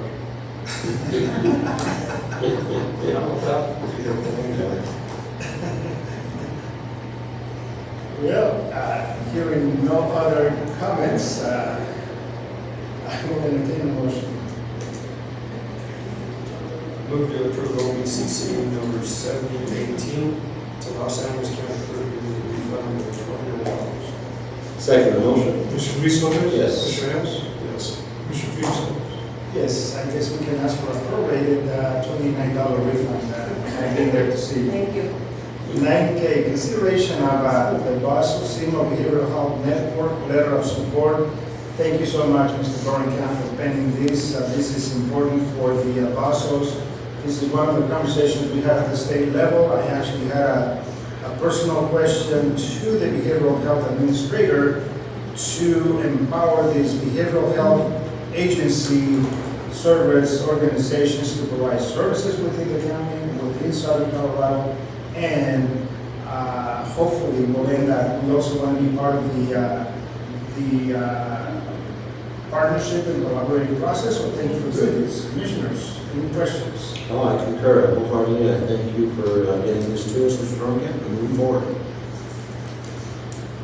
Commissioner Haas, otherwise, if I no other conversation, I'll entertain the motion. Motion to approve the Basso Simo Behavioral Health Network letter of support. Second motion. Mr. Harris? Yes. Mr. Luis Lopez? Yes. Mr. Felix Lopez? Yes, thank you. Here again is another letter, a consideration of Keep Trinidad Safe, Peer Plus letter of support. Once again, this came to us from Keeping Trinidad Safe, coalition members. And Dr. Amura has been working with the coalition for quite a while and basically has created a partnership in collaboration with Keeping Trinidad Safe. And so certainly another letter of support. Commissioners, any questions? And thank you, Mr. Dorncamp, for penning this document as well. Commissioner, I do have a comment. When I asked Keep Trinidad Safe employee Marsha Key about all these bullet points that were part of the template letter that they sent to us, participate as a member of the Region Coalition, assist in creation and dissemination of substance issues, prevention strategy, educational materials, etc. She explained to me that currently Commissioner Felix Lopez covers most of those bullet points, so we're going to go into hence I digress. Well, I have been participating in these conversations, and certainly one of the things that we want to do is more hands-on, feet on the ground advocacy for San Luis County. So these are the bullet points that we're speaking of. And I'm going to ask Keep Trinidad Safe to come and do a presentation to this board, as well as some of the opioid contract recipients can tell us what services our constituents are receiving here in San Luis County. It's great to read it in paper, but on the other hand, who's being the beneficiary and benefactors of all And we this? can send back the people to the hearings we had today and the concern in that neighborhood. And then who's going to be responsible for collecting data, et cetera, because I knew our staff wouldn't have the time to do that. There's some, Marshall, some ability to possibly about the whole country. It's a good start. It is. It is. I'm totally in support of this project. I gave my first 25 years Yes, you did. personal to get this off and running. And with that, I'll move to approve the Keep Trinidad Safe Pure Plus letter of support. Second motion. Commissioner Luis Lopez? Yes. Commissioner Hess? Yes. Commissioner Peterson? Yes, thank you. And you know, by way of information, I was asked by our clerk and recorder to move her comment, and as the chair, I am actually going to recognize the clerk and recorder at this time to provide public comment. Elected officials update. Sorry. Good morning. Well, this morning. Good afternoon. Yes, just now.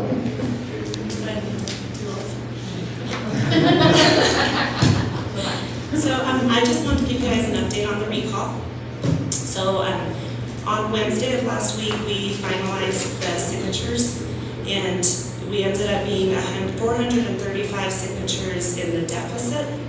I did reach out to the committee members. I spoke to Rosemary Shire, who me and her went back and forth on what she wanted to do. I gave them until Friday to make a decision on curing these numbers. She did send me an email Friday afternoon saying that they're withdrawing and they are not going to cure the remaining numbers. They would have only had 3 days to cure. They only were allowed to cure 179 of them per our Title I, Chapter 15 statute, and therefore they decided just to let it go. So I just wanted to give you guys all an update. I will be writing an affidavit for the newspaper and doing a news report this afternoon. Thank you and your staff for their efforts. You know, it was time consuming and crunch, especially during the election you have going now. So please, as a big thank you, and Isabel, to your staff and for the election department. Will do. Taking us on. Will do. Thank you.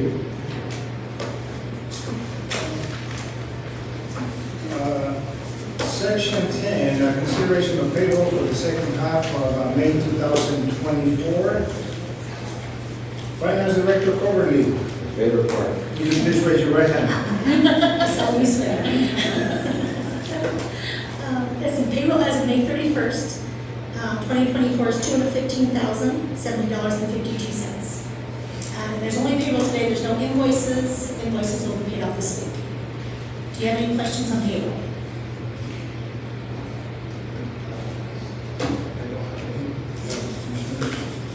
That's all I have today. That was, Yeah. thank you. Commissioners, any questions for Finance Director Coverly? If not, I'll entertain the motion. Motion to approve payroll for the second half of May 2024. Second motion. Commissioner Hess? Yes. Commissioner Luis Lopez? Yes. Commissioner Peterson? Yes, and we're going to go into Section 11, executive session. The board will meet in executive session under CRS 246424B, conferring with the county attorney for the purposes of receiving legal advice on specific legal questions. Item A, utility. Item B, CH Phase 3, and item C, Paris stores. Commissioners, I'll entertain a motion to go into executive session with a short recess. So moved. Second. Commissioner Luis Lopez? Yes. Commissioner Hess? Yes. Commissioner Peterson? Yes. Well, we can actually close the doors. No, because they're construction.